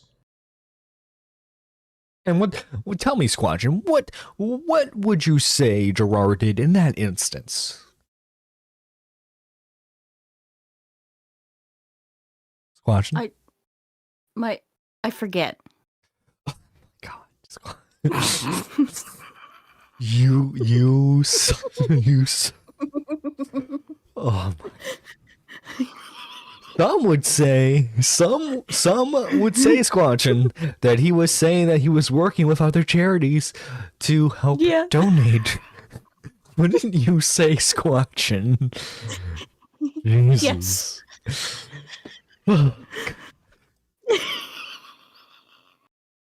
Making false representations about the cause or the amount of money that will be donated to the cause.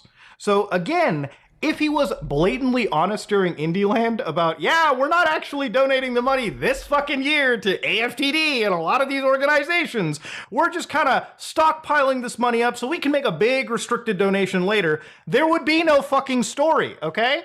The whole story exists because people were misled into believing that their money was going year over year to charity when it was really just fucking sitting in an account. That's the real story right there. That's where the money was handled poorly. And that's what the reporting shows. And Gerard can't deny that. He admits that. So he's lost. You lose, sir. Thank you. Good day. Gerard L. Gerard Massive L. Right, you couldn't complete this one, buddy. That's what is the proof that Gerard is not only deceptive in this situation, but he's also a poor steward of the fucking donation money, right? That's literally the actual crux of the argument. Now, I want to bring light into one specific statement that he made in particular that really hit me. Brother and I started a foundation called the Open Hand Foundation that raises money for dementia research and treatment for organizations all over the world. We're soon going to be partnering up with the Alzheimer's Association, currently working with the University of San Francisco. We're currently working with.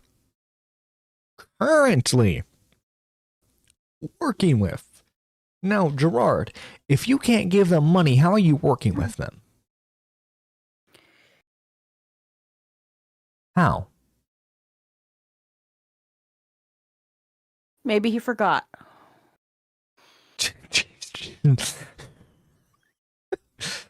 Jesus, Squatchin. San Francisco. Hey, Iron Duck said it too. I'm not alone in that. Their main funding support partners. Their main funding support you having me mess up, Jesus. But he's saying that they're the main funders of their research. Going into all of this. So, currently working with the University of San Francisco, and we're one of the main funding partners for them, one of the main support partners. Think about the layers to that statement once again. Ladies... Oh no, I think we just got back-to-back donations there. Pidgey with a 10. If only he donated to Make-A-Wish, those kids would have remembered. Unfortunately, they would have been around long enough to tell anyone open hand and close caskets. Gents. Oh Jesus! We know the Kaiwi show will be a hit. Lady Nerd. Oh, it's already started. Lady Nerd. It's already started. Boy, don't you just feel like we got a slap in the face with that one, Squash? Oh, absolutely. Oh, I'm starting out too. I'm an awful person. I'm an awful person. You gotta secure your apartment in the 7th layer of hell. Okay. True. Yeah. Penthouse suite. Oh, I heard the rent's pretty good there, though. You know. Oh yeah. Ladies and gentlemen, in Indieland 2022, too. This is where this clip was from. He confirms that he's working with the UCSF. That's a confirmation right there. And even goes as far as to saying they're the main funding partners. That means that he has to know that they're actively sending money to this organization, and they're sending money at such a level that they would be considered the upper echelons of the UCSF's donors in general. To reiterate, upper echelon, but they never gave them a dime.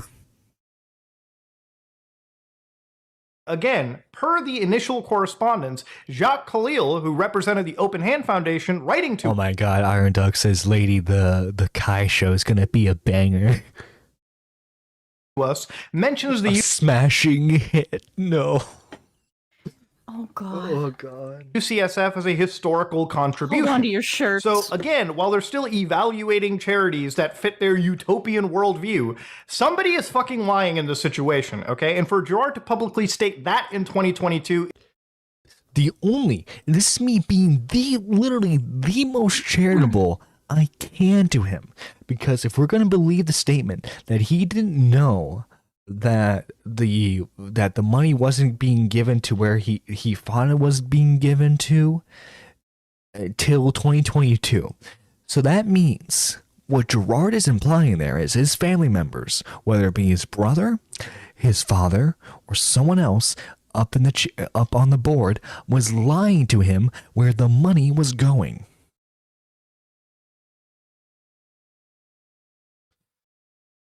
Oh my god, I feel like I'm seeing stars after Lady Nerd Artist donations. Tomorrow's stream is gonna lay us all out on the floor. Oh god. Is incredibly wrong. The definition of charity fraud that I keep reiterating involves when that fraudulent activity can occur when you make those dishonest or inflated claims about the money that is being raised and how much it has helped the cause and exactly what your organization is doing. Again, Gerard never played that fucking clip in his video. I don't know why. I feel like you should address this clip. If you made a misstatement, at least admit to the misstatement. Yeah, exactly. That's effing exactly right, John. Hand closed, opened, if you will. Oh my god. Like a serious note, what he's doing is incredibly wrong. Yeah. So I'm sorry. Someone involved with the charity is lying. There's no ifs, ands, or buts about it. Someone involved is lying, and they need to be outed. Now. They're not safe to have around a charity if they're going to be fucking up this bad. Because if they're telling Gerard one thing and nothing's actually being done, that's a problem. But again, that's if we're being extremely charitable to Gerard. Gerard could have known everything and still continue to lie so that way he could get the money from this. Right? It really felt like when they're talking about potentially misleading, I don't think it's potentially misleading. That's pretty fucking misleading. I'll just say personally. Yeah, especially when you're saying that you are the main supporter of a college dedicated to researching the problem that you're supposedly against. Iron Duck, they're not lying, they just forgot to tell the truth. Oh, dear I'm not God. lying to you, I just forgot to tell you this one detail. Personally speaking. And again, to reiterate from the original video is that if Gerard was honest about them raising money with the intention of stockpiling it for a larger donation, this wouldn't be an issue. But over the course of the last couple of years, the amount of misleading statements about his involvement with other organizations have been alarming. It's a clear contradiction to what he tells the public during his event versus what the organization at least told us privately in writing when we inquired about the situation from them, which is that they're still evaluating organization. They even asked if me and Carl, investigating into the situation, would even recommend any charities to them. Like, dog. I don't know. Any researcher? Oh, shoot, I accidentally clicked on their podcast. One sec. Like, seriously, like, could you imagine that, Squatchin? Like a charity that's supposed to know where to put their money. Like, they're, oh, yes, like, what would you recommend? Organizations across the board, and he was like, it'd be really cool if we did a show all about raising money for what I say at surface value. If I don't provide receipts, you, as a viewer, should question me on any statement that I make. That's just logical. Again, for Gerard to make this video without providing any of these receipts and downplaying the misleading statements that he made is so fucking legally, like, it's just legalese. And to give you an idea on like how well, so like 49k likes for Mudahar, not even 1k dislikes, and the video has 1 million views. Yeah. Mm-hmm. This is a good video. Muda always puts out good work. Oh yeah. I've worked for a charity organization slash very well known thrift shop, and I can tell you from experience, charities try to get away with a lot. Be careful who you donate to. Yeah. But if you're a charity organization dedicated to like donating to researchers, you should know where to donate. You shouldn't have to ask people who are investigating you where to donate. At this point, again, if you had evidence of your discussions with these organizations, please present an email correspondence with these organizations. So then he mentions the unrestricted, restricted donation types, which, again, we were mentioning throughout the course of this investigation, especially towards after the first initial video. So he mentions the difference between donation types, how restricted donations typically are going towards specific causes in a charity versus unrestricted donations that the charity, when you give it to them, are fully allowed to take it, like whatever, they're fully allowed to allocate that money wherever it goes. So why didn't he mention in his own video, again, let me play it, when he says that his foundation raised funds in an unrestricted manner with the intention to restrict donations? The Open Hand Foundation raised Lady Nerd funds Artist, in damn it. Oh my god, empty head, mom. Is this money gone? The one before that. Oh my god, sometimes we forget the real reason charities exist is, oh wait, just Gerard's mom. Jeez. Oh lordy lord, oh lordy lord, lordy lord. Unrestricted manner with We're the gonna have intention such to good company. Yeah. restrict a larger donation towards dementia research.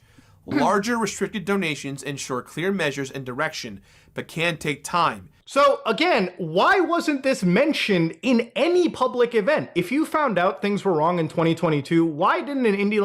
Exactly, and that's what I was saying from day one. I think pretty much everyone was saying that from day one, to be fair. But like, if you found out in 2022, why was a statement never released? And in 2023, you continued to say that any donations, any memberships, any monetization aspect for your YouTube side of the Indieland stream, how come you never said that you were waiting for a big donation? How come you said that you were going to give it to this charity, to that researcher, to this university? How come you kept doing that? Gerard, in the best way I can take it, you were extremely misled and naive. And the one that we should probably all really take right now is that you are a liar and you are extremely dishonest, and you should never be trusted with anything of this sort ever again. Power Paw Prince says, I have a throne reserved already for Duck. Oh my god. Indieland 2023, did you make a public statement that said, yeah, guys, the money that I thought was being sent, it's actually still with us, but we are actually planning to send it in a restricted donation. Oh my god. So we just need to raise more money, and then we can send it all as one lump sum and do some serious change and move the needle, quote unquote. Why did you not just say that? If you were honest, we wouldn't have a story to cover. The fact that this wasn't relayed, and you still mentioned charities as of weeks ago. You still mentioned these charities when you were still... Oh, poor, sweet, innocent Spectre. Evaluating them to us in writing is clear misstatements to the public. You should have been very forthcoming about all of this.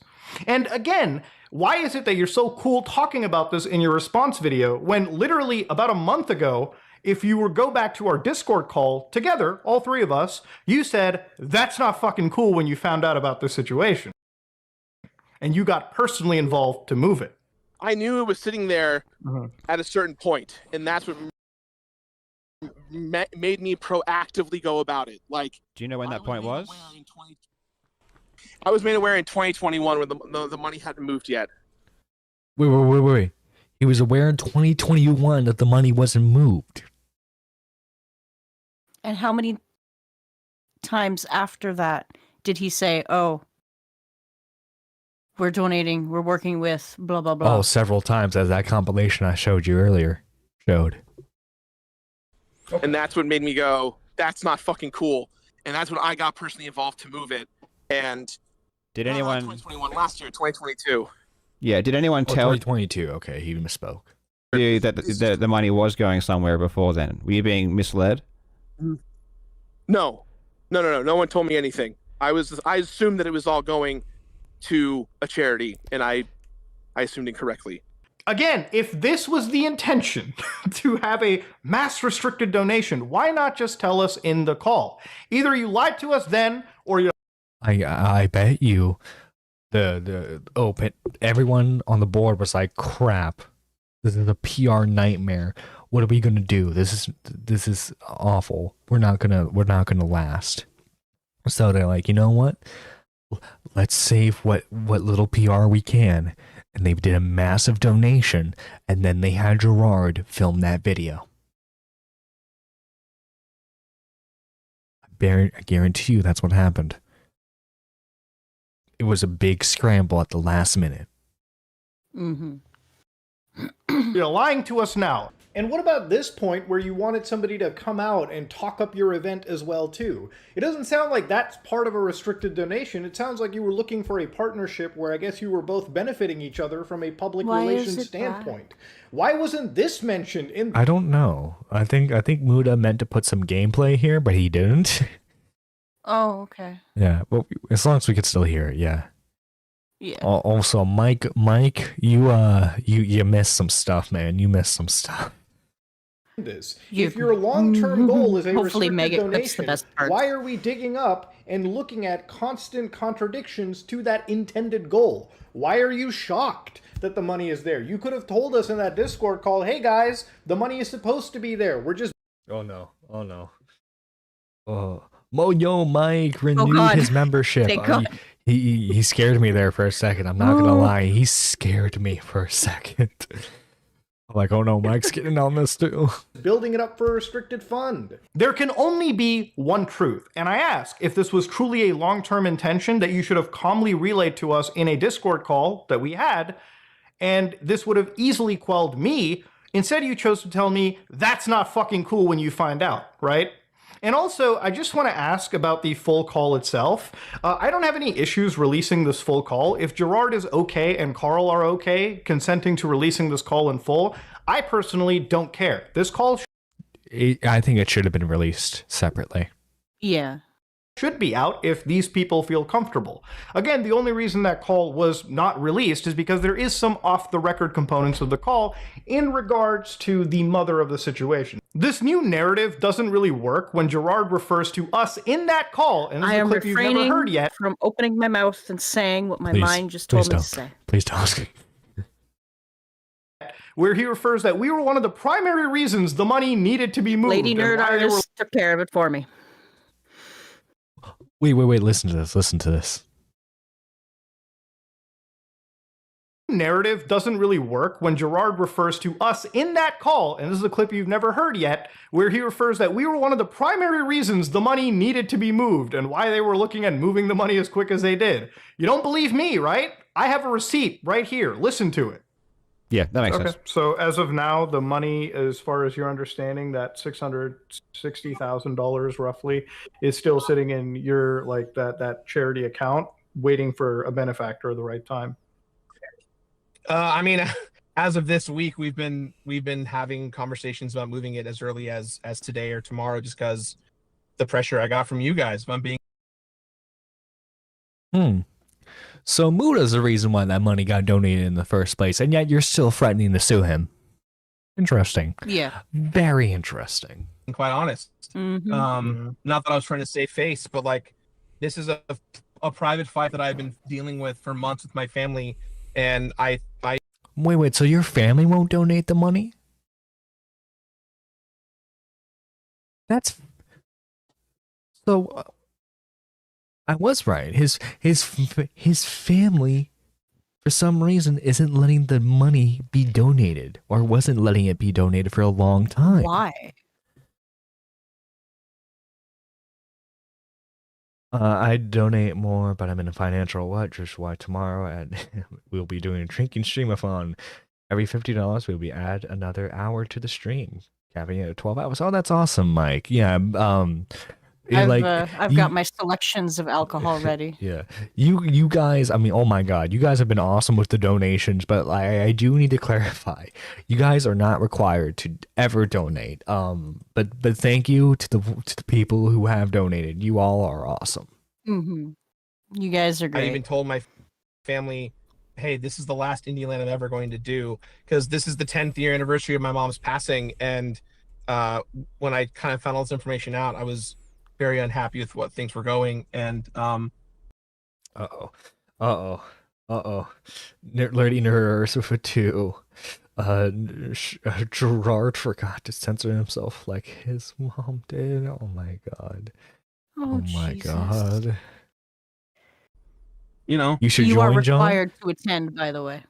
Yeah, aren't you off tomorrow?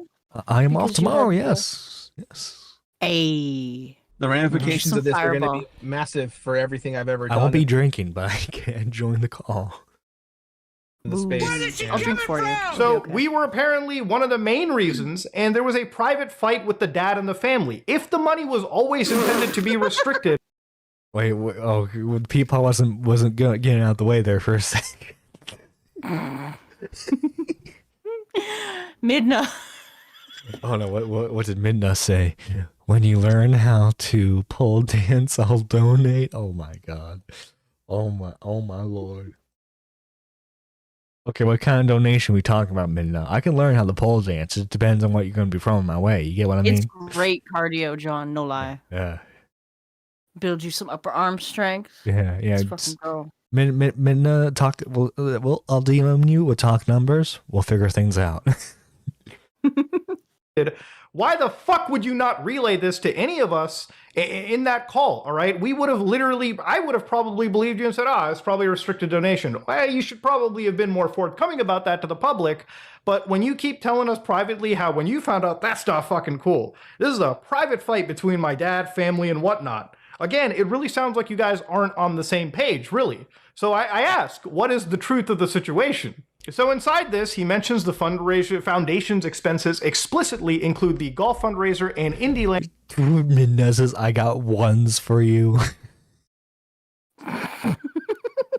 And operational costs and various fees for the last 9 years have totaled up to $178,951.17. We're getting down to the pennies at this point. The foundation's expenses include costs for the golf fundraiser and Indie Land, operational costs, and various fees, totaling for $178,951.17 worth of expenses over the last 9 years.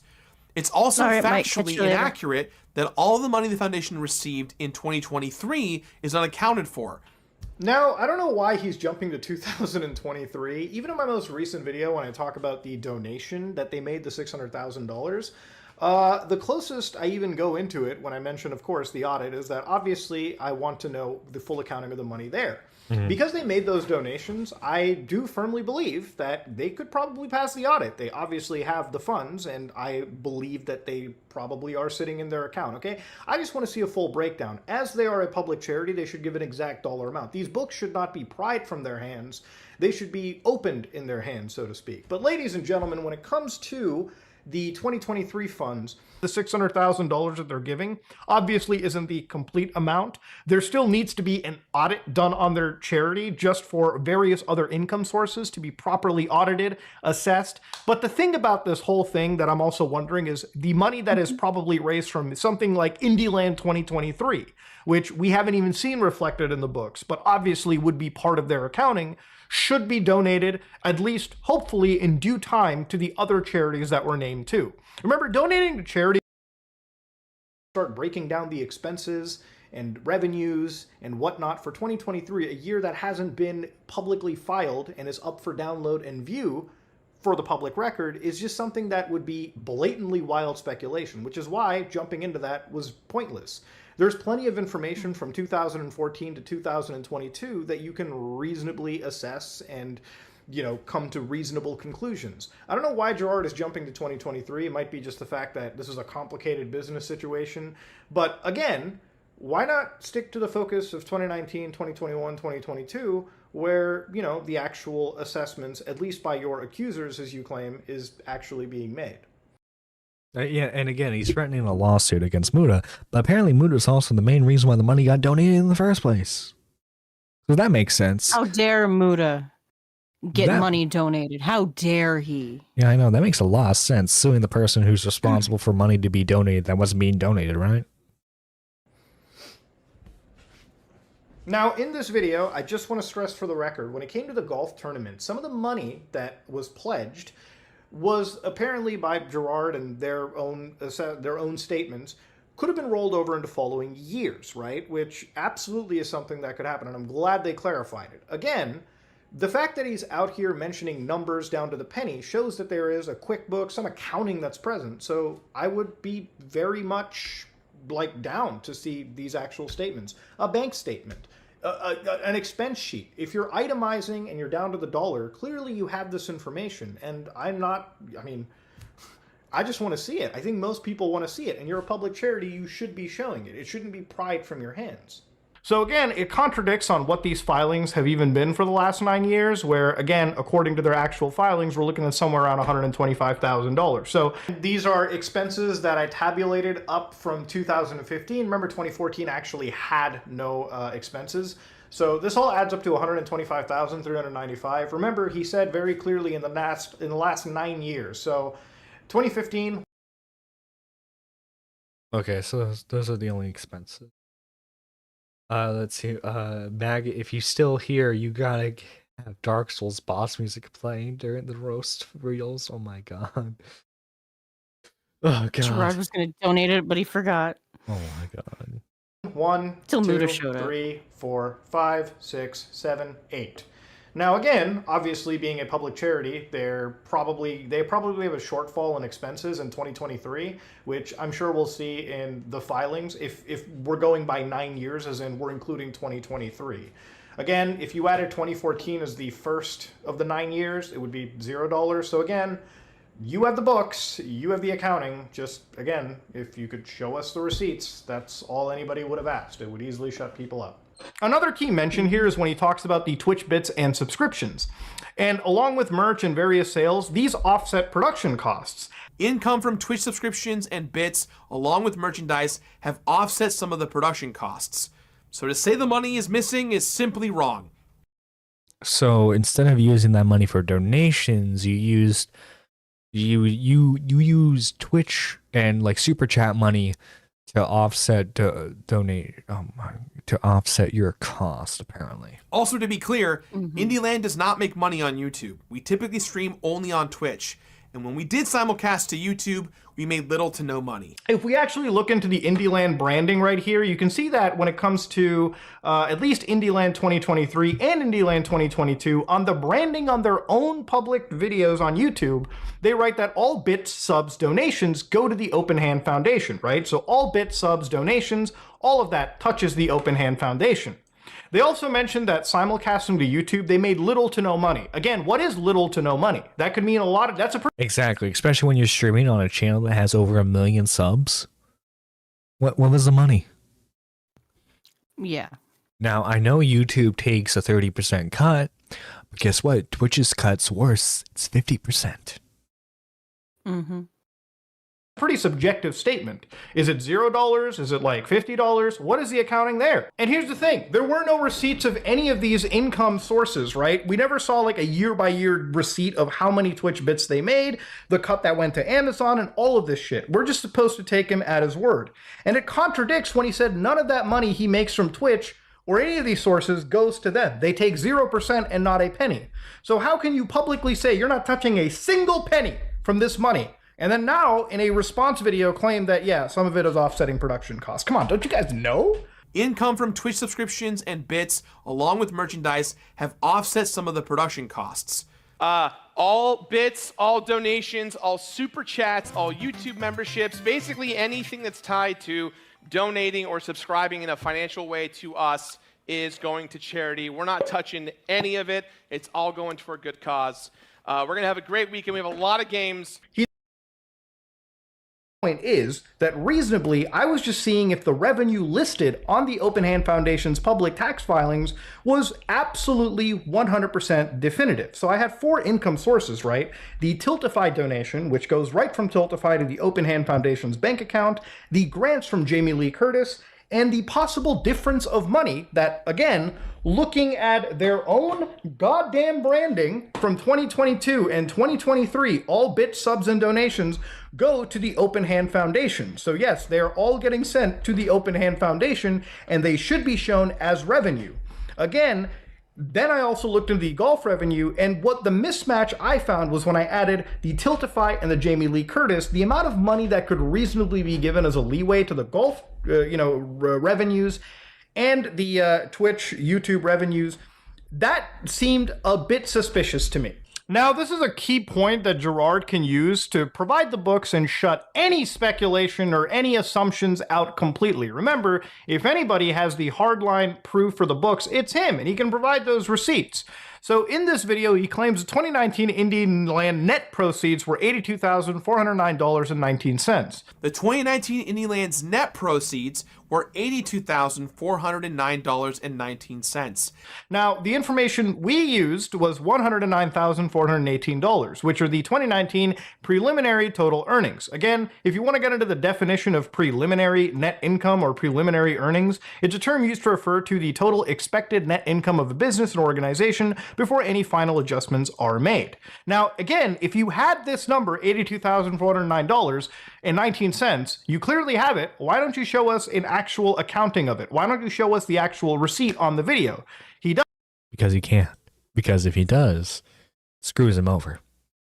Because I think we talked about this during our initial response for this, but his lawyers, or more probably the Open Hand Foundation's lawyers, looked through that video with a fine-tooth comb to make sure it was presentable. Mm-hmm. Doesn't. He just gives us a number and expects me to just reasonably believe it, which again, looking at all of the misstatements he's made, how am I reasonably supposed to take anything this man says as gospel? And again, why wasn't this posted at all? Again, I tried to look up this number, $82,409.19, just to see if IndieLand actually amended this and made another public post about the 2019 earnings. I seriously couldn't find any actual post about IndieLand 2019 and $82,409. So again, why wasn't this updated? Again, if you have the numbers, please show the exact receipt of it. Then he also mentions the revenue from the golf tournament is $31,371.55. And when combined with $31,371.55 in revenue from the golf tournament and $10,000 from a direct supporter, it adds up to $123,780.74. Again, if you have the revenue for it, please provide a receipt. He doesn't provide anything on the screen or in the description of the video. So anybody that says, but Muda, there's a lot of receipts here. Where the fuck are they? Are they in the room with me? I can't see. I love how fired up Muda gets in like videos like this, man. Mm-hmm. Going back to even the one statement he made about the UCSF and the main funding partners, that clearly contradicts what the Open Hand wrote to us. Again, he keeps mentioning embezzlement when that wasn't even the point. No one is claiming that you're embezzling or even cooking the books. Now, that's a pretty serious claim to be making in regards to embezzlement and forgery and everything. But I want to whittle it instead of letting this whole situation conflate out the charity fraud, which, again, audits, even if they happen, and even if every dollar is properly accounted for, which, like I said earlier, given the fact that they made a donation, I'm sure that they could actually beat an audit. But just because you beat an audit doesn't mean you're clear out of the situation. The principal complaint, the principal accusation here, was the fact that there was charity fraud. Misstatements were happening. Uh-oh. GWFI Muda can scare the Alzheimer's out of people while Kyle can put it back into them with his hands. Hands. His open hand. Oh, God. You were raising money without properly declaring the intentions and the goals of this charity. You had mentioned directly working with actual other charitable organizations or groups, misrepresented those situations. Yeah, I think it's safe to say that Muda won this. Big Muda W.